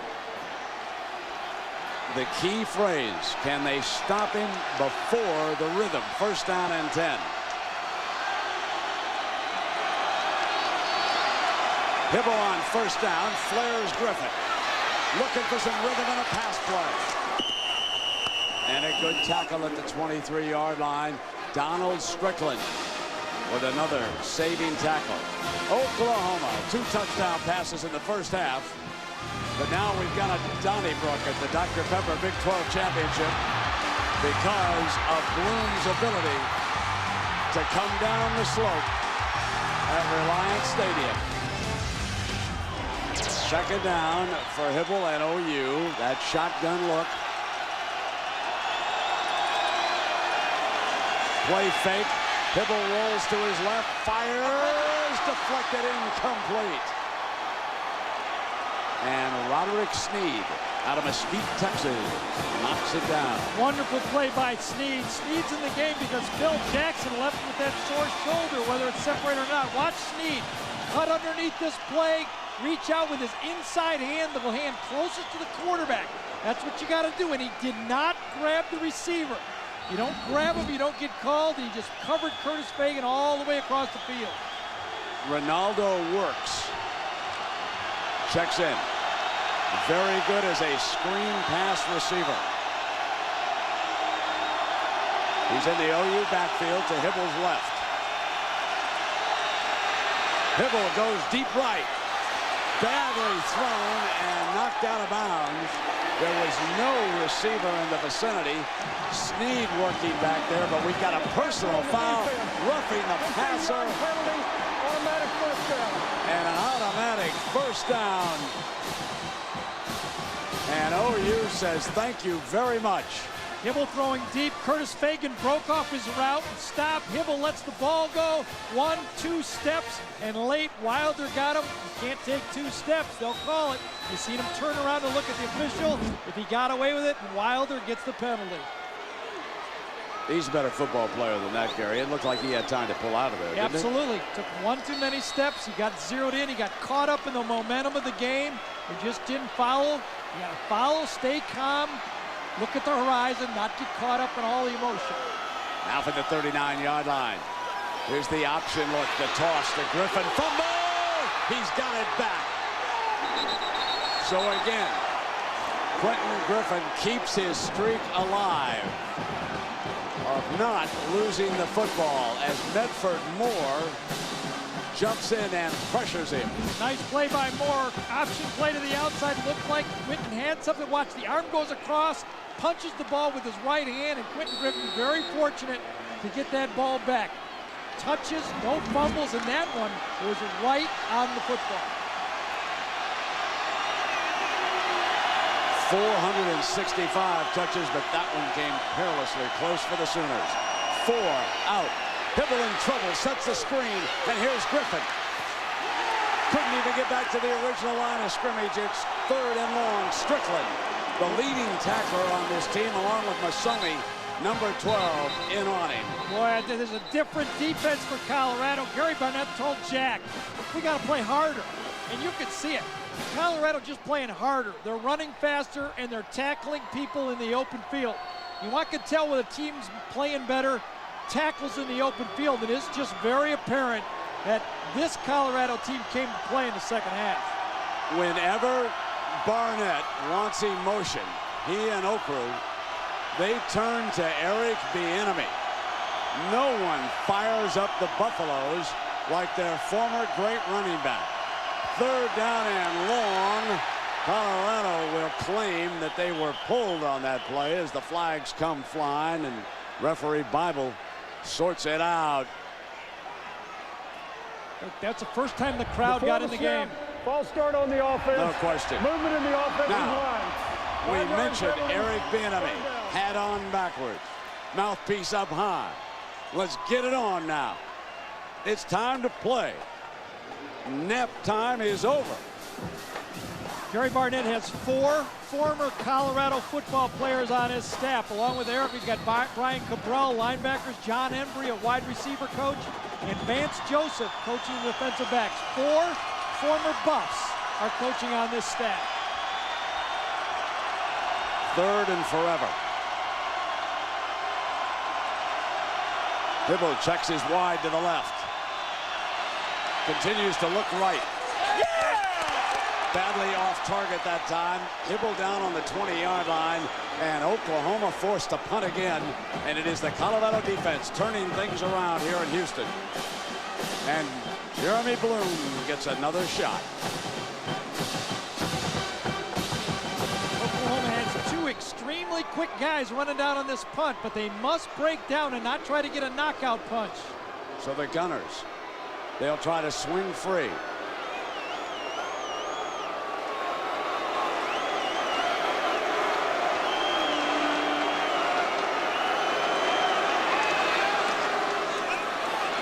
The return, short of Bloom. It hit somebody. Bloom picks it up wisely. That could have been very dangerous. That might, I say just might have hit the Colorado player and been a free football. Regardless, Bloom jumped on it. We've got a timeout. You got it. The Dr. Pepper Big 12 Championship on ABC Sports, brought to you by Dr. Pepper and your local Dr. Pepper bottler. BU, nothing's better. Dr. Pepper. Chevy trucks, the most dependable, longest-lasting trucks on the road. Budweiser, who salutes America's designated drivers. And Sprint, introducing PCS Vision, clearly a whole new way to look at wireless. Well, the back judge down on the field, Richard Jordan, has sent up word that the ball hit the Oklahoma player first, but Bloom was not taking any chances. And now it'll be Robert Hodge from the 34-yard line coming out against this OU defense. Well, now Oklahoma's defense much matched the intensity of Colorado. This is where Mike Stoops and Brent Venables really earn their money. They got to turn this defense up and match the aggressiveness of Colorado. The safeties are close to the line of scrimmage. They expected the run, and they've got it. Calhoun to the 42-yard line. OU searching out the run. Brandon Everidge pressing all the way from his safety spot, brings him down. Let's talk a little bit about this offensive line for Colorado. In the last 25 games, they have just been machine-like. Last year they lost Gerard and Rogers to the NFL. But Bates, Haig, and Lucier have been there. All 25 games they've started and been in this offensive line. They just ground out yards. Wilfolk backs off his wide man on second down and short, and Hodge is going to throw it. Comes Wilfolk's direction, incomplete. Third down. So Wilfolk expected the pass in his direction, and he got it that time. We check in with Jack. Gary, you're talking about the need for Oklahoma's defense to ratchet it up and become more intense. Mike Stoops says one of the concerns when he tries to goad his players that way is that they will lose their focus and not be patient. He says, I don't want to do too much of it because they need the aggressiveness. But he does get concerned about being patient. Drum and Vickers are the running backs against this OUD on third down. The front is clean. Drum, 45, 40. Brandon Drum breaks free. Fumble recovered by McCoy, I believe. No, check it. That was DJ Hackett. Number 88 saves the day as Drum rumbles free and then puffs it up. This is the difference. Without Chris Brown at tailback, they put Drum back there. Scored a touchdown against Nebraska. Vickers leads the way. Drum smartly picking his way, knowing he can't go the distance, but from behind, the ball is punched loose by, is it Strait? Yes, Derek Strait. And then Colorado, last time it was Bloom, and this time Hackett. Two guys falling on the ball. Drum moves in motion. Calhoun's behind him to the middle of the defense. Everidge comes up on him. So Brandon Drum, the Alaskan assassin. Oh, he's so good at fullback. He's a complete package. He's a future NFL fullback. He's got it all. He's got that linebacker mentality. He goes after his assignment. And when he hits you, he's like a four-wheel drive. He just moves you. But you're able to block. That means you can react because the defensive guy is moving, and Brandon Drum, as big as he is, has got cat-like movement down low. Joshua Foster, a senior offensive lineman, down for Colorado, being tended to. He missed 2 games earlier this year with a bad ankle. Raul King plays about a quarter of the game. He has played and started 2 games. He's the backup.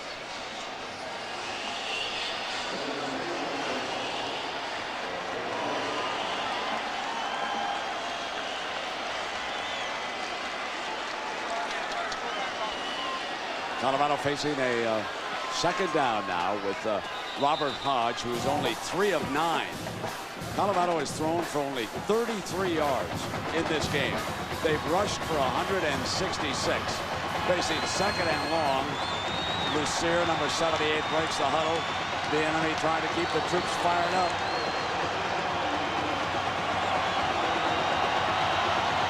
Brandon Drum is now the tailback in this set. Hodge is going to throw. Nobody open. Down he goes at the 15-yard line. Corey Klein again, 93, playing a heck of a game. I tell you, Oklahoma can really play man coverage. Monday night, it's the Bears and the Dolphins at 9 Eastern. Ricky Williams and the Dolphins will take on the Bears, who hope that Urlacher is healthy. Speaking of Ricky, he played in this game once back in St. Louis. Didn't do much. He was a fullback that day. And then last week, look at him against Buffalo. 228 yards and 2 touchdowns. You'll see him Monday night at 9 here on ABC. Passing situation for Hodge. Fires incomplete, and there was a bust on that play. There was no receiver cutting into that spot. Oklahoma plays a zone this time. Robert Hodge is unsure whether it's man-to-man or zone. Watch these two guys just sit. He's trying to throw to the receiver, but throws it to the seam. Receiver goes inside. Miscommunication between the quarterback and the wideout. Brome struggling tonight. Number 17, Woolfolk's in the jump position behind the line of scrimmage. Here's a very important 33-yarder. Going right again, no good.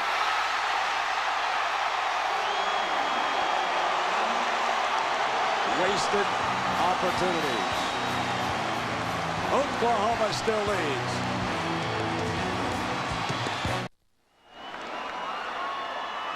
Well, here's the backup place kicker, J.T. Everly, warming up. He's seen very little action. He's kicked off 4 times. He's made 1 extra point for Colorado. But he has been a decent practice kicker, and it could be possible with him warming up that they're going to make a change. At any rate, Oklahoma leading 13-7, but they've been unable to move against this Colorado D in the second half so far. Griffin stretches, searches, and rushes for about 9 yards. And at the conclusion of the game, we'll select a Chevrolet player of the game from each team. Chevrolet will make a $1,000 contribution to each university's general scholarship fund. Oklahoma was in this situation already. Remember, 2nd and short before they ran and got stopped by Wilder. That forced them into a passing situation, punt, and all of a sudden Bloom brings it back. No more 2 tight ends in I formation. A change. The loss of Donnelly has affected this offense. First down. Ninehuis making the stop on number 22, who is now rushed for 68 yards. In every Big 12 game that he's been in this year, he's busted the 100-yard barrier. He's sitting on 68 right now.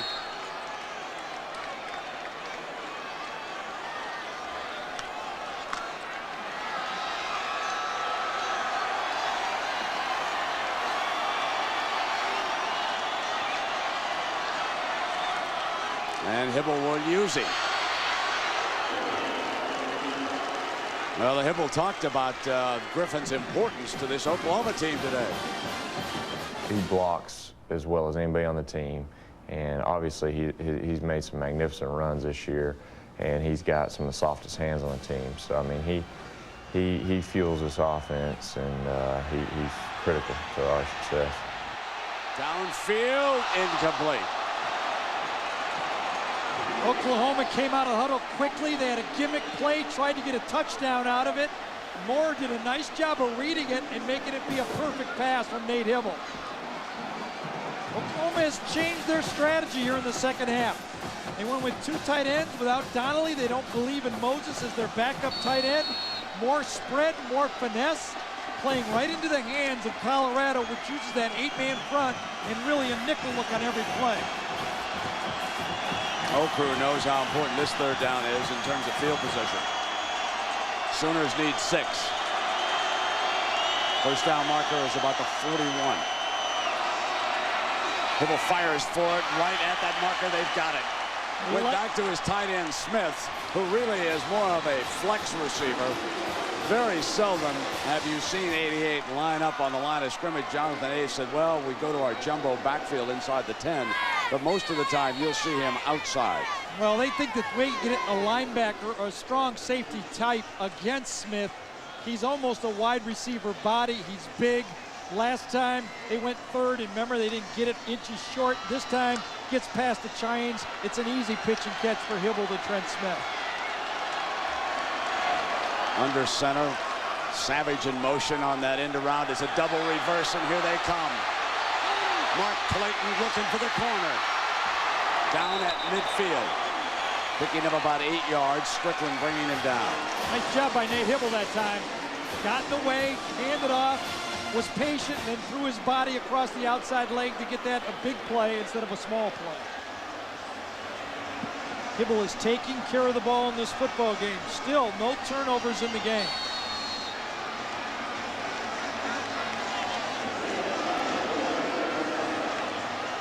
Jones, the power back, if you will, in that backfield for the Sooners if they want to go right straight ahead for the first down.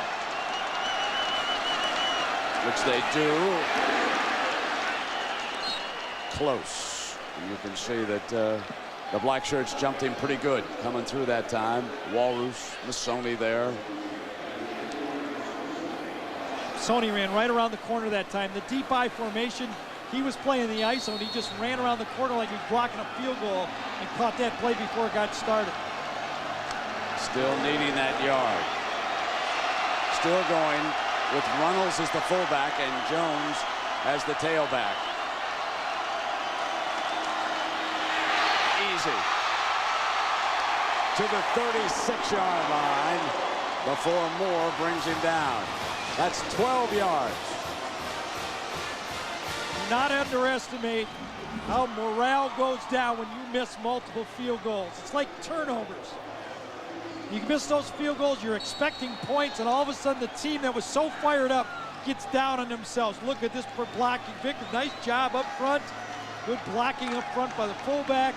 This Oklahoma line is not a finesse line any longer. Carter the center. Griffin back on the field. Play fake and Hibble to throw. And he overthrew the intended receiver. That was Brandon Jones breaking deep. And tomorrow on a new alias, will a family that spies together die together? A new alias tomorrow on 9, 8 Central, right here on ABC. 3:43 in the third, 13-7 Oklahoma. Let's check in with Jack. Well, Gary, you were talking about how well Nate Hibble takes care of the ball. In talking to the coaches, they say that's been his biggest improvement since he came off the bench and became a starter this year. He's got a better command of the game and takes good care of that ball. Travis Wilson in as a receiver. The inside handoff is to Griffin. He's down to the 35-yard line. Harris there defensively for the Buffaloes. As much as Colorado knows that Oklahoma's going to run the ball, they're still not sure. They put those receivers all over and they say, well, he's got to throw it pretty soon. But it has been that draw and counter all game. They have not tried to be too fancy. Protect the ball, run the ball out of the spread. 73 yards for Griffin in this game, rushing. Here is a 3rd and 9. 4 receivers, including Smith. He now doubles back, and Hibble's going to use Griffin. He'll go for it. Head for the end zone. Won't catch him. Touchdown, Oklahoma. A 36-yard burst for Quentin Griffin, which puts him over 100 yards again in this Dr. Pepper Big 12 championship game. And it came on 3rd and 9. What a great play call by Chuck Long. Yes, I think, again, they got to pass. They got to pass now, 3rd and 9. You see Oklahoma's going to line up and go for 2. They'd be sitting on 20. They want to get it to 21-7, but they came with the run again. It's a different attitude. Bobby Stoops believes that they have to run the ball, and he sold it to this football team. Shotgun for Hibble on this 2-point attempt. Runnels, Clayton, Smith. And Peoples. Peoples going to throw for it. High, no. So Colorado gives up 6. That was Iwu defensively over there. He's from the Houston area. He made that play. Touchdown play. Everyone thinks it's a pass. Everyone in the ballpark thinks it's a pass. The little guy, you can hardly see him. You see what it's like to play defense against the guy. You lose him, and all of a sudden he's squirting out the other side and taking it to the house. Going to get a crossing in here. They're trying to cross with Smith across this way. The block. They don't get the pick pass. He has to throw it to his secondary receiver, and fortunately, this ball could have been picked up by Colorado. Kibble got away with one there. That could have been 2 the other direction.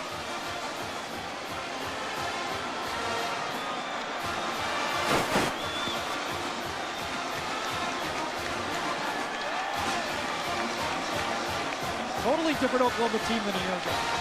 They were a finesse team. They couldn't run the ball. Now they believe they can, and they keep doing it.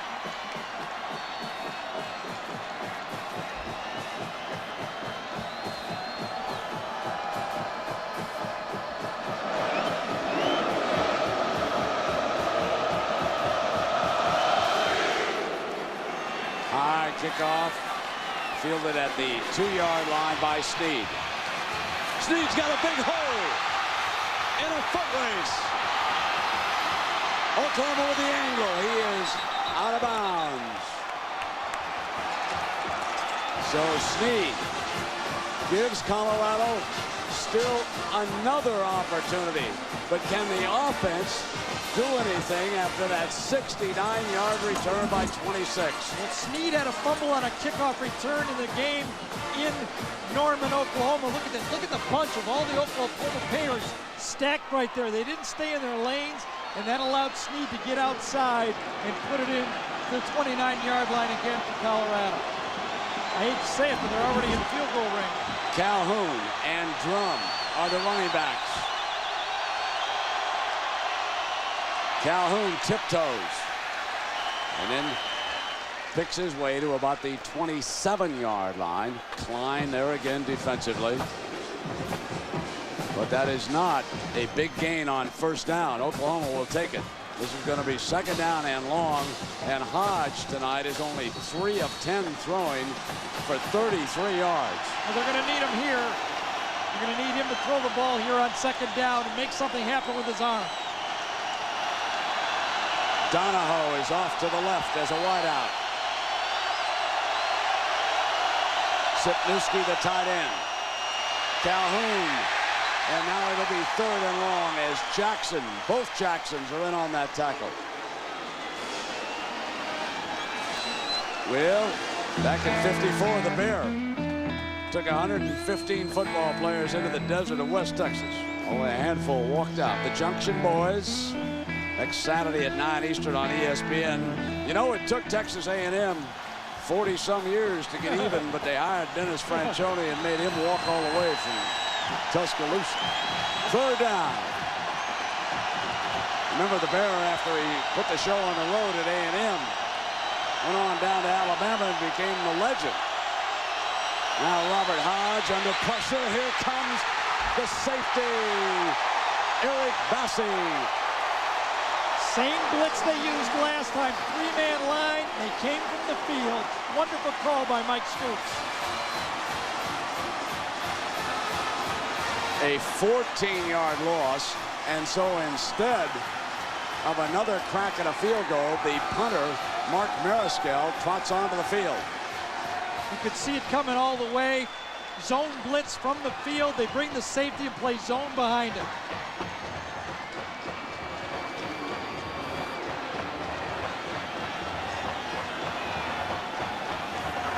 Colorado in no hurry here. Even if they got a 5-yard penalty, they could back up and punt the ball.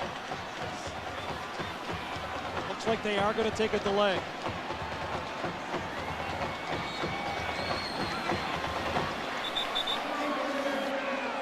Stoops was probably reminding the defense, the punt team, be very careful about a fake punt, because they haven't forgotten Gary Barnett a year ago when he allowed Texas basically to jump back in the game with a fake punt that backfired and wound up a Longhorn touchdown. This time, Mariscal. And OU will get out of the way, and this is going to be good defensive field position. Well, last year, Robert Hodge rolled out. Pass was intercepted by Babers.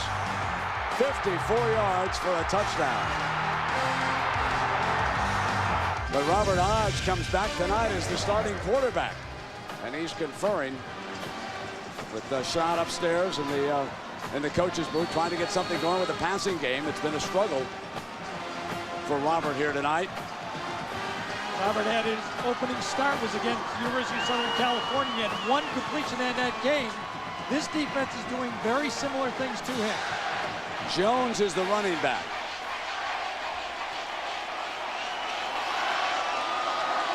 Jones, the carrier, a hole on the right side, and he pops to the 12-yard line.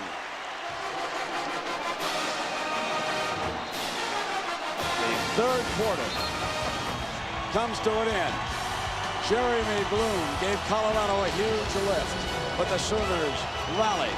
Back for the fourth quarter after this message and a word from our ABC stations.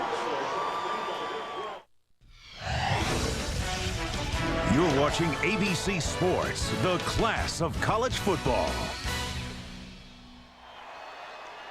Well, we've got one quarter here to decide the last champion, I guess. Big 12 champion here. They'll move on to a bowl game. Who knows? They might wind up in Pasadena, Gary, and take on Washington State. Well, if Oklahoma wins this football game, they're going to think back to those two games they were upset on. I mean, they gave up big plays, games they should have won. They're a better football team than the two games they lost. You see the power they have on this team. A lot of speed, a lot of weapons. They'll look back to those two games and say it could have been. If they were undefeated and Ohio State was undefeated, who would have gone? Jones straight ahead as we take a look at our Dr. Pepper third quarter stats. And Gary, you have highlighted third down conversions, and for a very good reason. Yeah, you're right. You got it when you're going against a fast defense like this. You got to keep it third and medium. You know, Oklahoma believed that Robert Hodge couldn't beat them. So far, they're right. I want to go back to what you just brought up because I think it's interesting. When the season started, you and I both thought Oklahoma was probably the cream of the crop. Then suddenly Miami emerged. I think that Oklahoma is one of the few teams in the country that on their best day, can stick with the Canes and that speed because of this defensive unit that Stoops has. I'm going to tell you right now. Oh, no, all the mailmen, all the emails unbelievable. are going to come out of Columbus right to Mr. Musburger. They've been coming all year anyway. What difference does it make? I think Ohio State has a similar defense to these guys. They have veterans, and they're a smart defense. I don't know if they can score enough points. Oklahoma has a little better ability to score points. I think that'll be the difference for Ohio State. Can they score? Oh, Jones is stuffed at the point of attack by Drew Walrus, senior. And Oklahoma and Colorado, Quentin Griffin then the ringleader. 109 yards rushing here tonight for number 22. He also has caught 4 passes for 28 more yards. He has been the Sooners MVP on offense as he bolted for that touchdown in the third quarter. 19-7. Now they had an extra point blocked. They missed a 2-point conversion. That's why it is 19-7. Play fake, Hibble. It's a beauty. Fire high, complete. First down, and the ball is on the ground. But I believe the officials waving it off. There's the linesman right there. Yeah, you would expect the tight end, Moses, to catch that ball right to him. Can't draw it up any better. Remember, he's only in the game because of the injury, and he came and coughed it up because it looked like he put it right on the face mask. Kibble throws it right on the face mask, juggles it, and it's loose all the way. And nice job by Snead coming across. Donnelly not in the game, allowed Moses to make that play. Third down. Ronaldo works. A good receiver. Checks into the game. He is standing to Hibble's left. Griffin to the right in the backfield. Hibble in trouble. And on a bailout pass, it is caught by Curtis Fagan. A terrific completion for 14 yards and an OU first down. Fagan was one of those receivers that were here with Josh Heupel when this was strictly a pass offense. This is one of the best plays Hibble's made all year, rolling out one way, throwing off balance, and Fagan comes back and gets his hands underneath it. And even though this is an NFL stadium, there's no instant replay on that one. It's called complete.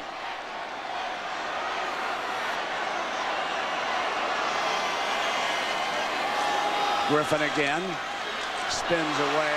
Hibble to throw a block, gets knocked over backwards, and 3 Colorado players jumped the running back. Hibble tried to throw a block to spring Griffin, and he probably wishes he hadn't tried that. He's smiling about it, and I've always had truck that got a hold of me down there.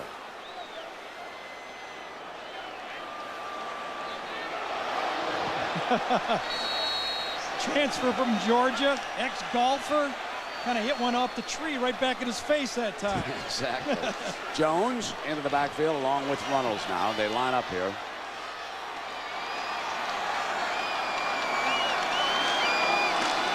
Jones straight ahead, daylight, midfield.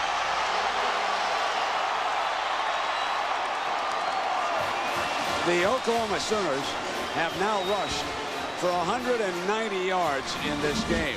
Watch Mike Skinner, the senior right here, come out and get the kick out. This is Colorado football being run. Number 75 comes across, bam! That is Power O football. Colorado runs it every day in practice. Now, Oklahoma is giving them a little bit of the same. The senior, give a little credit to Kevin Wilson on this. You mentioned him a couple times. He brought a new attitude to that offensive line. Jones coming in motion. Back now to the running back, Jones. Battling his way to the 44-yard line. Well, again, a reminder now, join Alan John of Miami. Ricky Williams leads the Dolphins against the Chicago Bears Monday night at 9 Eastern, 6 Pacific on ABC. The Dolphins are in a drive, and they're in a tough division. The Bears, of course, have slipped badly behind Green Bay in theirs. Second down now. And Jones getting the bulk of the load is short of the 40-yard line where the first down marker is. That's about the 7th or 8th time Oklahoma has hustled to the line of scrimmage, snapped it on the quick count. Nate Hibble told us early it was going to be part of the strategy of the game. They really haven't gotten anything big out of it, but they forced Colorado to determine what defense they're in quickly and got easier reads for Nate Hibble throughout the game. They've had to declare because they don't know if they're going to get a quick snap or a long read.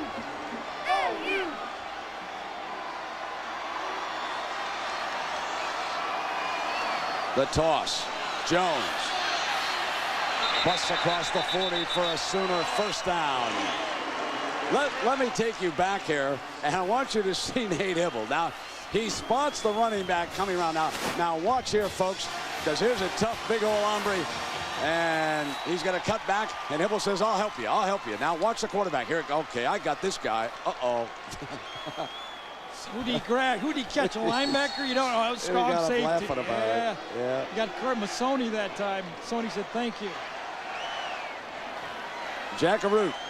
Well, Brent, I asked Nate Hibble about situations like that, and he said, look, it's my last year, and it's kind of fallen upon me that I know I'm going to run out of time. He said, if I get a chance to make a hit like that, I don't care if the coaches get mad at me. Jack, he has cut his hand, and it was bleeding badly as Quentin Griffin powers to the 25-yard line. In a basketball game, they would have Nate Hibble leave the field right now. There was blood on the right hand when I looked down on the field. Here it is. So he has cut that hand and continuing to play with the ball at the 25. He will relish that picture the rest of his life. He'll say, that was when I blocked that linebacker. Well, wait a minute. When that linebacker blocked me, and I got on national television with that blood dripping all over. Boy, another draw play to Quentin Griffin. That has just been fits for Colorado. Another one.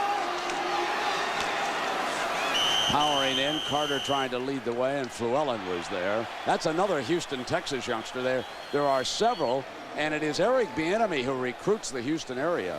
for Colorado. And there are so many outstanding football and basketball players in this Houston area. And Eric comes down here, and he's been able to attract 4 or 5 players up to Colorado.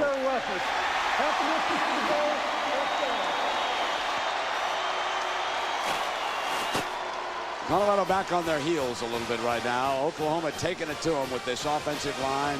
Yes, yes. I mean, you look at it, you know, we talk so much about that Colorado offensive line, but boy, I'm totally impressed. The change, we did them early, right, Brent? We did them against Alabama.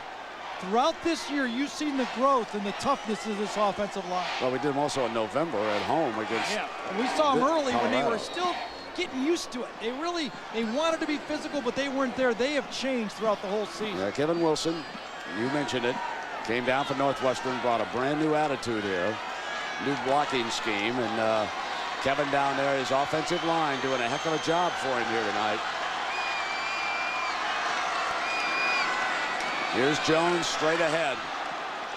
You have to believe that the young center Carter is really leading the way for both Jones and Griffin. And so if Oklahoma goes on to win this game, where will they go? We'll know at 3:30. There is a very good possibility that they could wind up in Pasadena playing Washington State. They were so excited about that possibility before the game. They thought for sure Iowa was going, but there's been talk that the Hawkeyes, serious talk, that the Hawkeyes could wind up down in Miami at the Orange Bowl and attract a whole lot of fans down to South Florida. Here comes Jones, cut back to the 5-yard line, and Tufts brings him down. Kejuan Jones has been their running back in red territory. He's got 14 touchdowns this year. That's a school record for freshmen, and it doesn't look good that third and 3 or 4. Colorado absolutely needs to stop right here. Well, it's the drive of the game. Remember, it started back on the 5-yard line. They've driven 90 yards already in this game, and the offensive line leading the way. And that key pass, remember that rollout pass by Kibble over to the sideline? That was a huge play. Timeout. Oklahoma uses a timeout. Hibble, all blood, sweat, and tears and success, goes over to the sideline. Timeout. Oklahoma leading 19-7, has driven 90 yards, and they have a 3rd down and goal from the 5-yard line. They sprint out from the sideline. Jones continues to be the running back. They line up in the I formation. Runnels is the fullback. It's Jones tackled in the backfield for a loss as Fluellen, the Houston youngster, with 2 big plays. Inside this time, the runoff tackle. Fluellen beats the block, gets inside. Oklahoma trying to run the ball, but also knowing a field goal is huge right now. With the score 19-7, they're not going to take any chance. They want 3 points and get it to 22-7. So Trey DiCarlo trots onto the field. Had an extra point blocked here earlier tonight, but the young man who blocked it injured his shoulder and left the game and is not out there right now. Phil Jackson was injured and not playing. Here's your 23-yarder for DiCarlo. Delay a game. What are they doing? They're going to back it up, are they, from that hash mark? What's going on here? Could have used the timeout.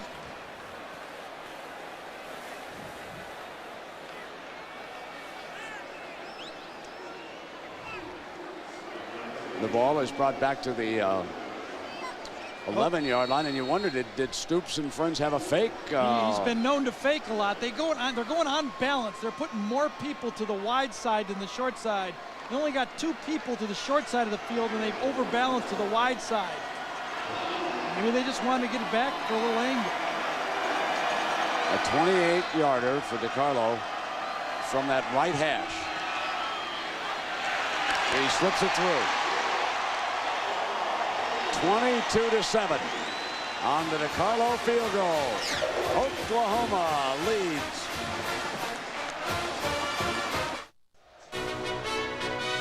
The Dr. Pepper Big 12 Championship on ABC is brought to you by Dr. Pepper and your local Dr. Pepper bottler. BU, nothing's better, Dr. Pepper. Jeep, the most respected, honored, and heroic 4x4 out there, only in a Jeep 4x4. And Pacific Life, annuities, insurance, and investments rely on the strength of Pacific Life. The skyline view of downtown Houston, home of this beautiful new stadium, the Dr. Pepper Big 12 Championship. A high pooch kick. Standing not far from that tackle is Oklahoma's fine athletic director, Joe Castiglione. Now he has to do two things. If it's after this game, he's got to get on the phone, see if maybe he needs to call Pasadena, or should he call New Orleans, or he's got to get some deals. He's got to get things up. The other thing he's got to do is if he sees Jerry Jones and the Dallas Cowboys sneaking up on Bob Stoops, he's got to tackle him right now. Could happen, huh? He's got to be a hot product. Oh, man, is he? Foul on defense. Unnecessary roughness, 15-yard penalty, first down. Well, time permitting here tonight, we'll go back to the studio in New York. John and Terry, post-game report. They're going to have a busy 24 hours because at 3:30 tomorrow on that Tostitos BCS Championship show, they'll tell us all the matchups. They'll let you know where Oklahoma will be headed if they hold up here tonight. They seem well on their way, don't they, with this defensive performance by the Sooners. Yeah, Oklahoma's the only team in the Big 12 to hold Colorado below 28 points this year. They did it in the first game, and they haven't given up a touchdown in this game. Remember, it was a punt return. Dominating the Buffalo offense, Calhoun tackled at the 40 by Jimmy Wilkerson, the junior out of Omaha, Texas. That was the all Big 12 defensive end acting that time. Jumped around the block, got in on the play. Wilkerson goes 260 pounds, and he just went around the block and made a tackle all in one move. I guess the only question I have tonight about OU is where was this defense last week in Stillwater? 22-7. Oklahoma State might be better than we think they are, folks. That might be a pretty darn good football team. Hodge on a tough roll now. Throws low on a one-hopper. And it'll be third down and long coming up. And the Buffaloes trying to give themselves a chance. Gary checking that clock, 7 minutes. He knows how important it is. He's probably thinking about sending in the punt block team next time he gets a chance. Eric Bassey did a wonderful job that time. They tried to throw the ball to Brandon Drum coming out of the backfield in the flat. An easy throw for Hodge on second down. Bassey ate it up and forced Hodge to go downfield, and he just didn't have the arm. Hodge has not completed a pass this half. No.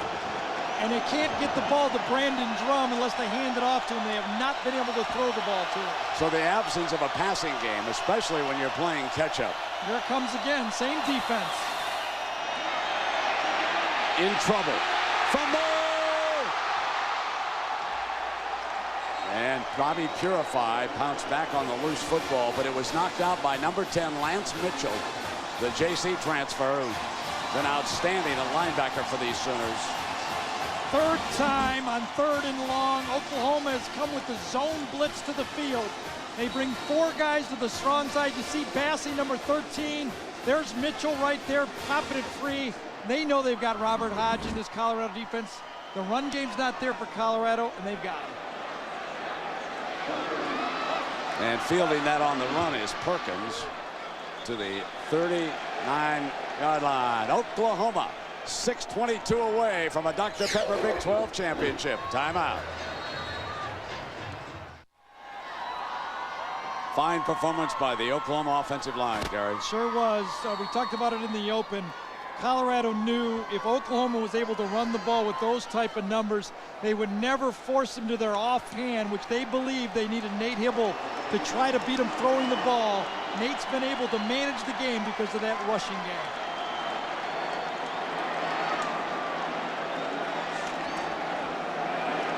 Griffin cuts back to the 47. All right, it is the final Saturday.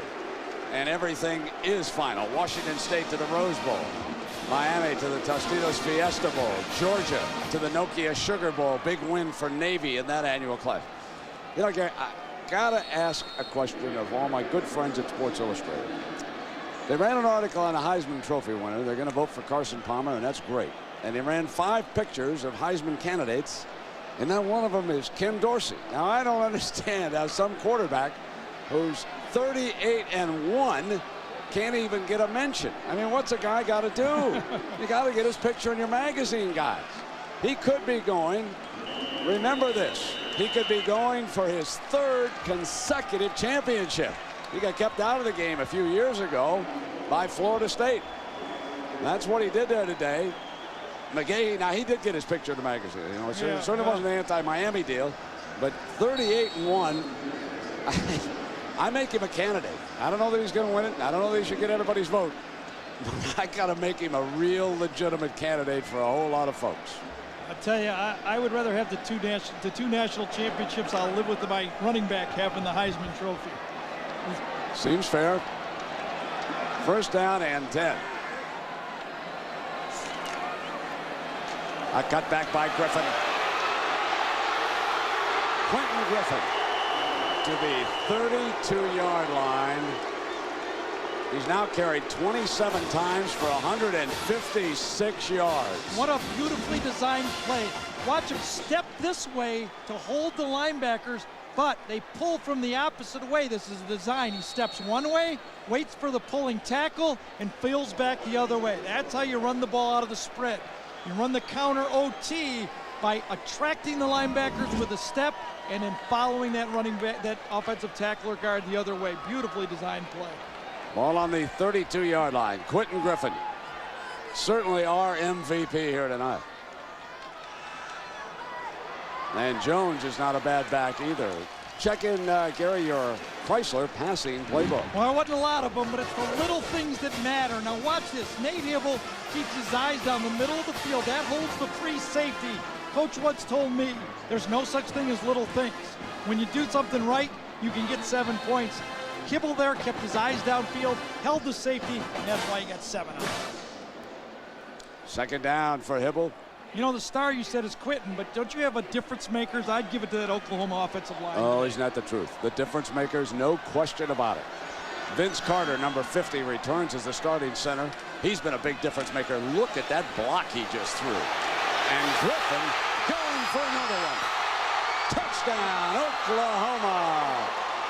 The Sooners are headed for the Dr. Pepper Big 12 Championship on that 27-yard burst by Quentin Griffin, who earlier this year put away the Texas Longhorns in that annual Donnybrook in Dallas, and now he's doing the same to the Colorado Buffaloes. And Nate Hibble got the final block to spring him on the play again. The touchdown is good. There was a personal foul on the defense after the play was over. By rule, that has to be enforced on the try, half the distance. Play's going to start this way and go out the other way. Watch Nate Hibble right here all the way. Hands it off, draw play. Hibble comes right up here and watch him. Watch him get the last block. Boom. Knock him down, sprint to the end zone. Wonderful job by the quarterback. But Quentin earned a lot of money tonight. He can play in the NFL, no doubt about it. 183 yards, Gary, rushing the ball. The extra point is added by DeCarlo. We go back to what we said at the beginning of the night. In our opinion, he is the most underrated running back in college football today. He's a gamer, hangs on to the football. He's approaching 500 touches without a fumble. Remarkable.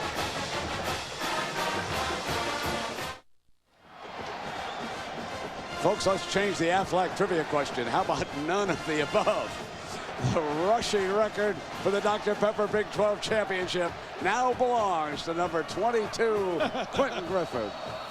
Over 100 yards in every Big 12 game. Only 2 other Oklahoma backs have ever done it. Steve Owens and Billy Sims. Pretty good company. Ball bobbled out of bounds at the 25-yard line. Let me thank some folks that have meant so much to us, certainly throughout the years. The executive producer of ABC Sports, Howard Katz. Howard is with us tonight. Nice to have him here. The senior producer of ABC Sports back in New York, Bob Toms. The coordinating producer of ABC's college football, Bob Goodrich, who also produced tonight's game. Directed by Larry Cam. Associate producer, Drew Kaliski. Associate director, Brian Fay. TD, Monty Poland. Our production manager, Christy Bravey, who's taken really good care of us this year, folks. And our technical manager, Mark Towie. And all the men and women on this crew who work so hard each week. You can't believe the cables, the cameras, and everything they have to set up. They break down at the end of the day. They move on to the next circus, and they just do a wonderful, wonderful job, and they don't get a whole lot of credit. And I think this crew, Gary, has been one of the best we've ever worked with. They have just been wonderful this year. They treat us like gold, and we appreciate them like Yeah, we gold. do. We certainly do that. Derek McCoy, by the way, was the receiver on the play. Now, if I remember my Big 12 history, and check me on this, Gary, no one has ever repeated as champion. Oklahoma's That won a keeps it couple, but alive. last year Yep. it was Colorado, right? So no one's been able to do it. Keeps it going, too, doesn't it? Sure does. Tough, tough, good conference. Both football and basketball. Robert Hodge in a sprint. And he'll take it out of bounds. Well, Gary, I want to go back to your difference makers because I really think you were all over this bunch tonight. That's the offensive line for OU. Absolute different job. I mean, they were challenged. Bob Stoops challenged his offense to become more physical this year. These guys took some tough coaching through spring, through fall camp. Kevin Wilson got on their butt. Chuck Long called a wonderful game tonight. But those guys answered the challenge, and they're the Big 12 champions. Well, I got to talk about you because you know what you have said to me repeatedly, Brent. They've got to change that offense down at Oklahoma. They got to run the football, and that's exactly what they've done. I must say, I got to give you high marks. You were right on this. This is a different football team here tonight that we're watching, and I want to say something else. I know that I don't know what's going to happen to the bowl thing. I really don't.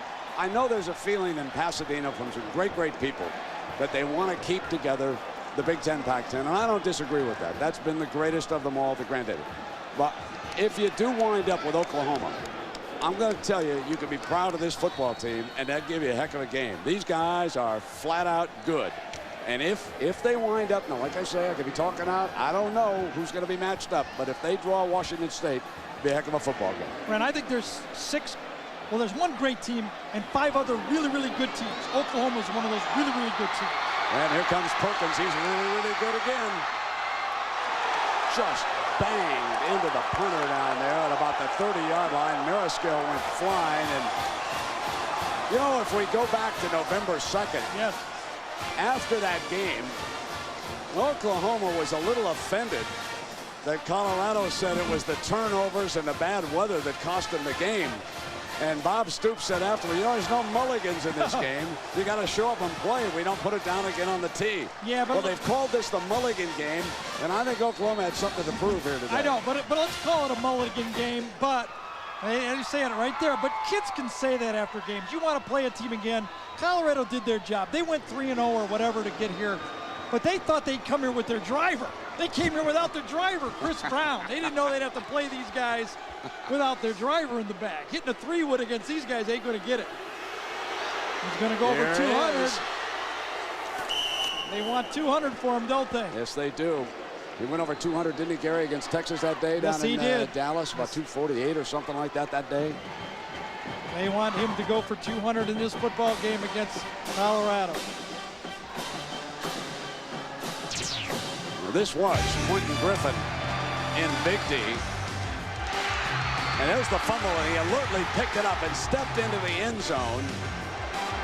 And with a huge hole as OU beat Texas in that game. And Jones now leaves the sideline. He's the running back.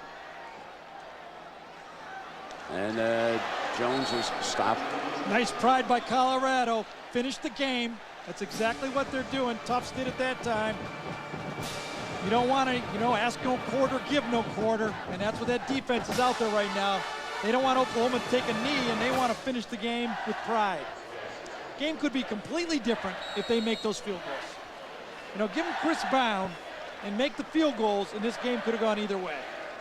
I guess next year, as we look ahead to the Dr. Pepper Big 12 championship game, it'll be up there in Arrowhead Stadium in Kansas City. That would be the second time, I believe, that they've. I think Oklahoma won up there before they went down and captured the national championship. They beat Kansas State in a little cold rematch. for Bob and Brad up there in that game. And Kibble has stopped the 30-yard line. So the Chevrolet players of the game, and Quentin Griffin with 188 yards, 29 carries, 28 more yards, catching passes, and Jeremy Bloom, who represents the Colorado 7 that's up on the board. He took that punt back 80 yards both for teams, a touchdown. Excuse me, Brent. Both teams knew the game plan. They had to stop the other team's running game. Oklahoma was able to do it. Colorado wasn't. Simple as the game. Fourth down here, the final 37 seconds. Jones is stopped, thanks to in the booth now to our spotter, the Mauve man, Brian Movelson, and our stats man, George Hill, who rose to new heights wearing the Wolverine jersey tonight. Nice job for both of them. There's Brent Venables down there, the Stoops brothers. There's Mike. He'll be a head coach someplace. Big comeback. They're going to capture the Big 12 championship, and then they will await their destination for the bowl game. Great day for Nate Hibble, too. You know, a lot of questions about him. Even I said, Nate, is he good enough to win a championship? He's proved to us all that he is good enough. We've seen him at his struggling worst, 4 interceptions, and we've seen him at his best tonight. Yes, he played very, very well here tonight, as did this entire Sooner team. I can't say enough about this defense. As the final seconds begin to tick down. You know how good this Oklahoma defense was tonight. You hardly even mention Teddy Lehman the whole game. That's how dominating it was up front for Oklahoma. Bobby got a wet, huh? Close the roof.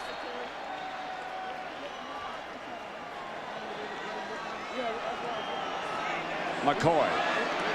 Fumble. Colorado's got it at the 45-yard line. John Donahoe, the junior wide receiver, pounced on the loose football there. Captain. Never really understood this, why you got to throw 4 more passes at the end of the game like this. Game is over. You could get somebody hurt. Maybe it was a freshman quarterback or somebody coming back, but Robert Hodge isn't even coming back.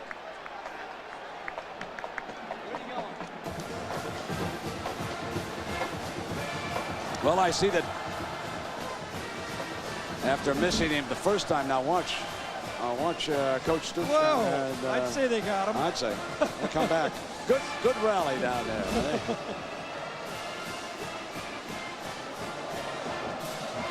I think two coaches that are gamers. Gary Barnett knew coming into this game, without his 2 top backs, it is very difficult to beat. You know, you got a backup quarterback. You got your 2 top tailbacks out of the football game, and you're playing one of the best defenses in the country.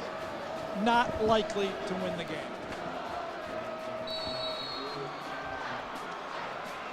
Well, we thank Colorado SID Dave Platty for weighing us down with more statistics than we ever see in our tour of college football. He's looking for Hodge. Deflected at the end zone, and Kenny Mossman and Danielle Felter, who always give us so much help down at Oklahoma. It's an easy job, folks, when you've got the great help that Bob Goodrich and his crew give us here, and then the SIDs at the various schools, man. And who's picking up the dinner check tonight? You or me? I'll be there. I'll be there. My arm's a little short, but I'll be there. You'll see there's an old veteran coach, Bob Stoops, back up. Yeah. Tough night for the kicker, wasn't it? So here's Robert Hodge. And that'll do it. Oklahoma wins the Dr. Pepper Big 12 championship. And now they will await their destination. The Bowl Championship Series will be announced at 3:30 tomorrow on ABC. Let's go to Jackaroo, Jack. Getting the congratulations, Gary Barnett, coach. Congratulations, Big 12 champions, and that's what you said you wanted at the beginning of the year. That's not easy. We got a heck of a league. We got tremendous guys. I tell you what, I'm proud of our team. How about this guy? Year, championship year, and Quentin Griffin. And can you say enough about him? He's the best. This guy's beautiful. You may be quiet, but boy, you speak when you carry the ball, my friend. We got some good guys up front paving the way for us. All our running backs can run the ball really well, and it's just exciting to come back home and play and win the Big 12 championship. All right, now, guys, the big question. Of the BCS Bowls, you can't go to the Fiesta. Which one, if you could pick, would you go? They're all great. You're kidding me. We're Big 12 champs. We'll go wherever they want us to. We'll have a great time and try and win another game. Thanks, guys. All right, Rick? thanks, Jack. All right, Jack, congratulations to Stoops, Griffin, and the Oklahoma Sooners and all their great fans. 29-7. ABC Sports is online at ESPN.com. Keyword ABC Sports. Don't miss now the Tostitos BCS Selection Show tomorrow. Live from our Times Square Stadium. 3:30 Eastern, 12:30 Pacific on ABC. For Gary Danielson and Jack Arute, I'm Brent Musburger. So long, everybody. And it was, it was very obvious today.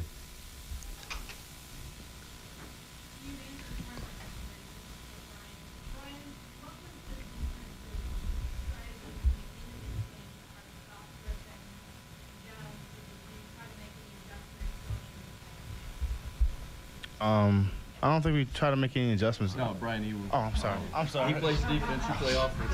If you notice, I got 3 freshmen up here. They're not sure which side of the ball they're on yet. Well, our main thing we tried to do was just tackle them. We pretty much had the same game plan we did in the first game, but our main thing Coach pointed out to is everybody floated the ball, and we got to game tackle them, and that's pretty much it. Got a question about halfway back in the middle. Coach, how much does it affect you, or do you feel like it was affecting your team? Not only the first missed field goal, the second, and about a third, you feel the momentum. I assume everybody heard that. I don't have to repeat it, but the effects of the field goals being missed. Well, I think one of the things you try to do as a coach is you try to avoid that as much as possible. But it's just almost a natural thing to have it affect the mood of your team. But like I told our offense at halftime, the reason that we had to attempt field goals was because we sputtered down there, and they needed to understand. And I think they understood. I think the third one is the one that demoralized us as much as anything. I think we lived through the first 2 okay, but it can affect you. But teams have to fight through that stuff. You really do. You know that. You've been there. So Colorado misses out on a chance to defend their Big 12 championship. The Canes looking to defend their national championship, and they will get their shot. More of that coming up on ESPN News. 13 zip, Jeremy Bloom, the Olympic skier. Daylight, 40. Taking this one back, running downhill, 80 yards for the touchdown. Colorado cut the lead to 13-7. But later in the third, same score, Quentin Griffin. Draw play. And he catches the Buffs off guard. Sooners block it well. And Griffin's taking it in for 36 yards and a touchdown. Sooners up 19-7, and they go on to win it 29-7. Griffin, 29 carries, 188 yards, and a pair of touchdowns. So Oklahoma's won 2 straight over Colorado, and they deny the Buffs a chance to defend their Big 12 championship title. And we're going to take out to Bob Stoops in Houston to hear his post-game comments in just a few minutes. I thought they were a strong team the entire year, and feel very good about our team to come in tonight and play as we did and to win a hard-fought game, and just feel fortunate to be able to be around and work with these guys and again with our staff. Just what a great night. Just the guys, I guess, to point out that were just incredibly special. Quentin Griffin, geez, just amazing. Makes play after play, is out there, and even when there isn't much there, he's going to find something. Other guys, our offensive line, our backs, our tight ends, and the blocking to run the ball like we did against a physical team was really fun to watch. All those tight ends and J.D. Runnels and our offensive line creating seams was a big factor in the game. And defense, to shut them out defensively, and I guess we held them to under 200 yards. Again, another incredible defensive performance. So just all together, it was a well-played game. Okay, we'll take questions starting right here.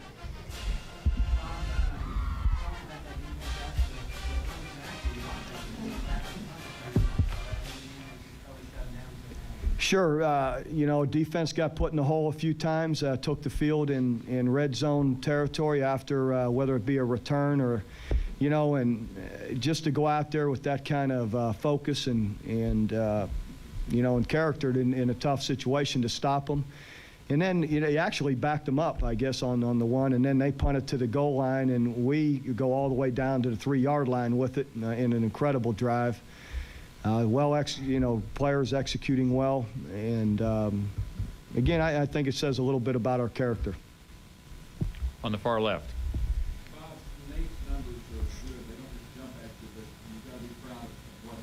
Incredible day. Nate is the general out there. He's you know, I saw an interview with Mike Price this morning or today before the game. He was talking about how everything goes through the quarterback, calling the play, how he presents the play in the huddle, taking the line of scrimmage, being a leader in the huddle. He commands the huddle the entire day, and getting us into good runs, out of certain runs, and again, throwing the football. We threw the ball. We pick up on that long drive at a great 3rd down when he's being blitzed.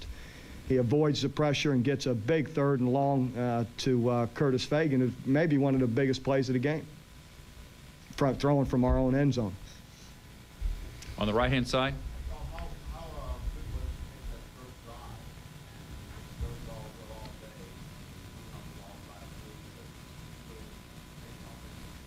Well, it's always good if you start off strong and you start off moving the football, and you know that always gives you a boost. And we did. We came out, and I thought we're running and throwing well, and so sure it makes a difference to come out like that. Over on the left.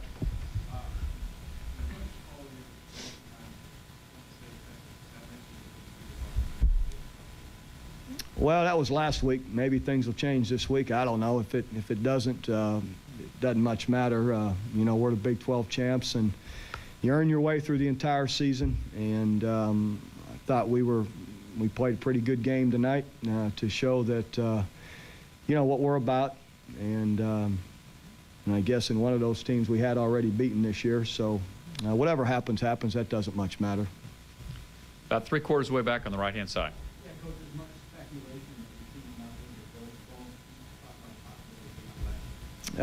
Listen, you know, being Big 12 champs, we'll go wherever they want to take us, right, guys? And in fact, you guys hadn't been to the Rose Bowl before, had you? No, I know. So anyway, hey, if that's the case, great. We'll go wherever they want to take us. All those bowls are excellent and great, and it'll be a great environment wherever it is, and we'll embrace it and go after it. And hopefully our fans, and I want to compliment our fans out there tonight.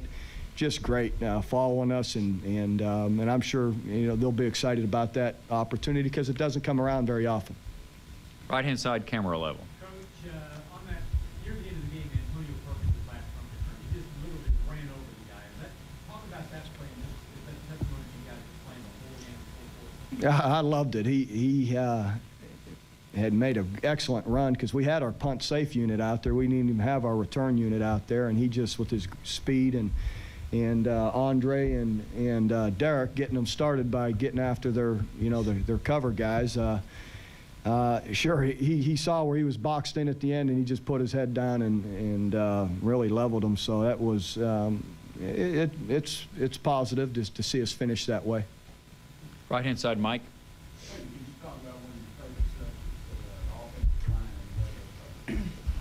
Yeah, those guys, they played really well.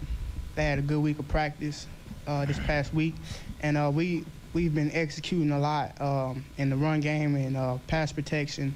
So those guys, I can't say enough about those guys. They've been playing really well the whole year.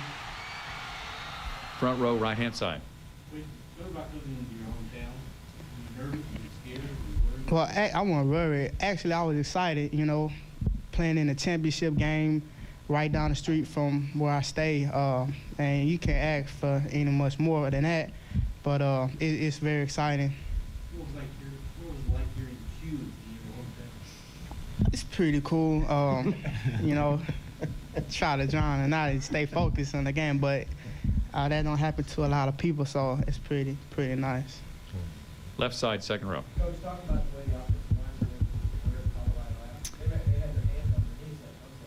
Well, when you get those long drives going, that usually happens, and they are very physical up front. And again, Colorado is as well. I'm not sitting here saying they're not. They play that way, their offensive line and defensive line, and our offensive line just was really strong again, and throw our tight ends and backs in there that were blocking and creating seams, and really proud of our defensive line, how they stood in there and against a very physical offensive line, and and competed well.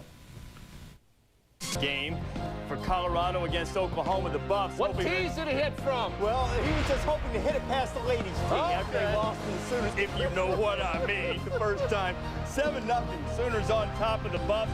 Nate Hibble looking for Mark Clayton, finding him. Oh, you missed the point after. 13-0 at the half. You punt it to Jeremy Bloom at your own risk. Bloom, ski those moguls. Go for the gold. NCAA, let the man keep the endorsement money. Agreed.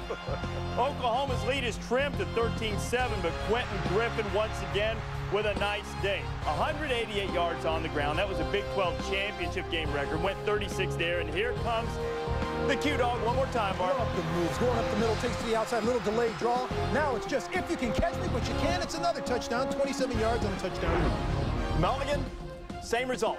Oklahoma wins it 29-7. Griffin over 100 yards in all 9 games against Big 12 competition this year, and Oklahoma bounces back nicely from that loss to Oklahoma State to end the regular season, or at least the regular season before then. And the Oklahoma defense really, Mark, much more along the lines of what we're accustomed to seeing from the Sooners. Oh, absolutely. After, I guess you can call it the debacle against Oklahoma State in their last game, they didn't play well, and Bob Stoops even said we were even out coaching that game. But the way they played today, they were able to stop the run. They were able to put pressure on Robert Hodge, the quarterback of Colorado, and he didn't have a chance to throw the ball. They only threw for 67 yards. Here he's dropped back. Eric Bassey on the sack, the 4th sack of the day. 4 times they got him in this game. Now Hodge is going to look for Derek McCoy. It's broken up down the field by Andre Wolfhook right here. You said they were going to pass all over. They were going to try to pass. The play action didn't work. They did run the ball fairly successfully, but they could not throw the ball against Oklahoma You questioned Mike Stoops 2 times this year. He proved you wrong twice. What about the SEC?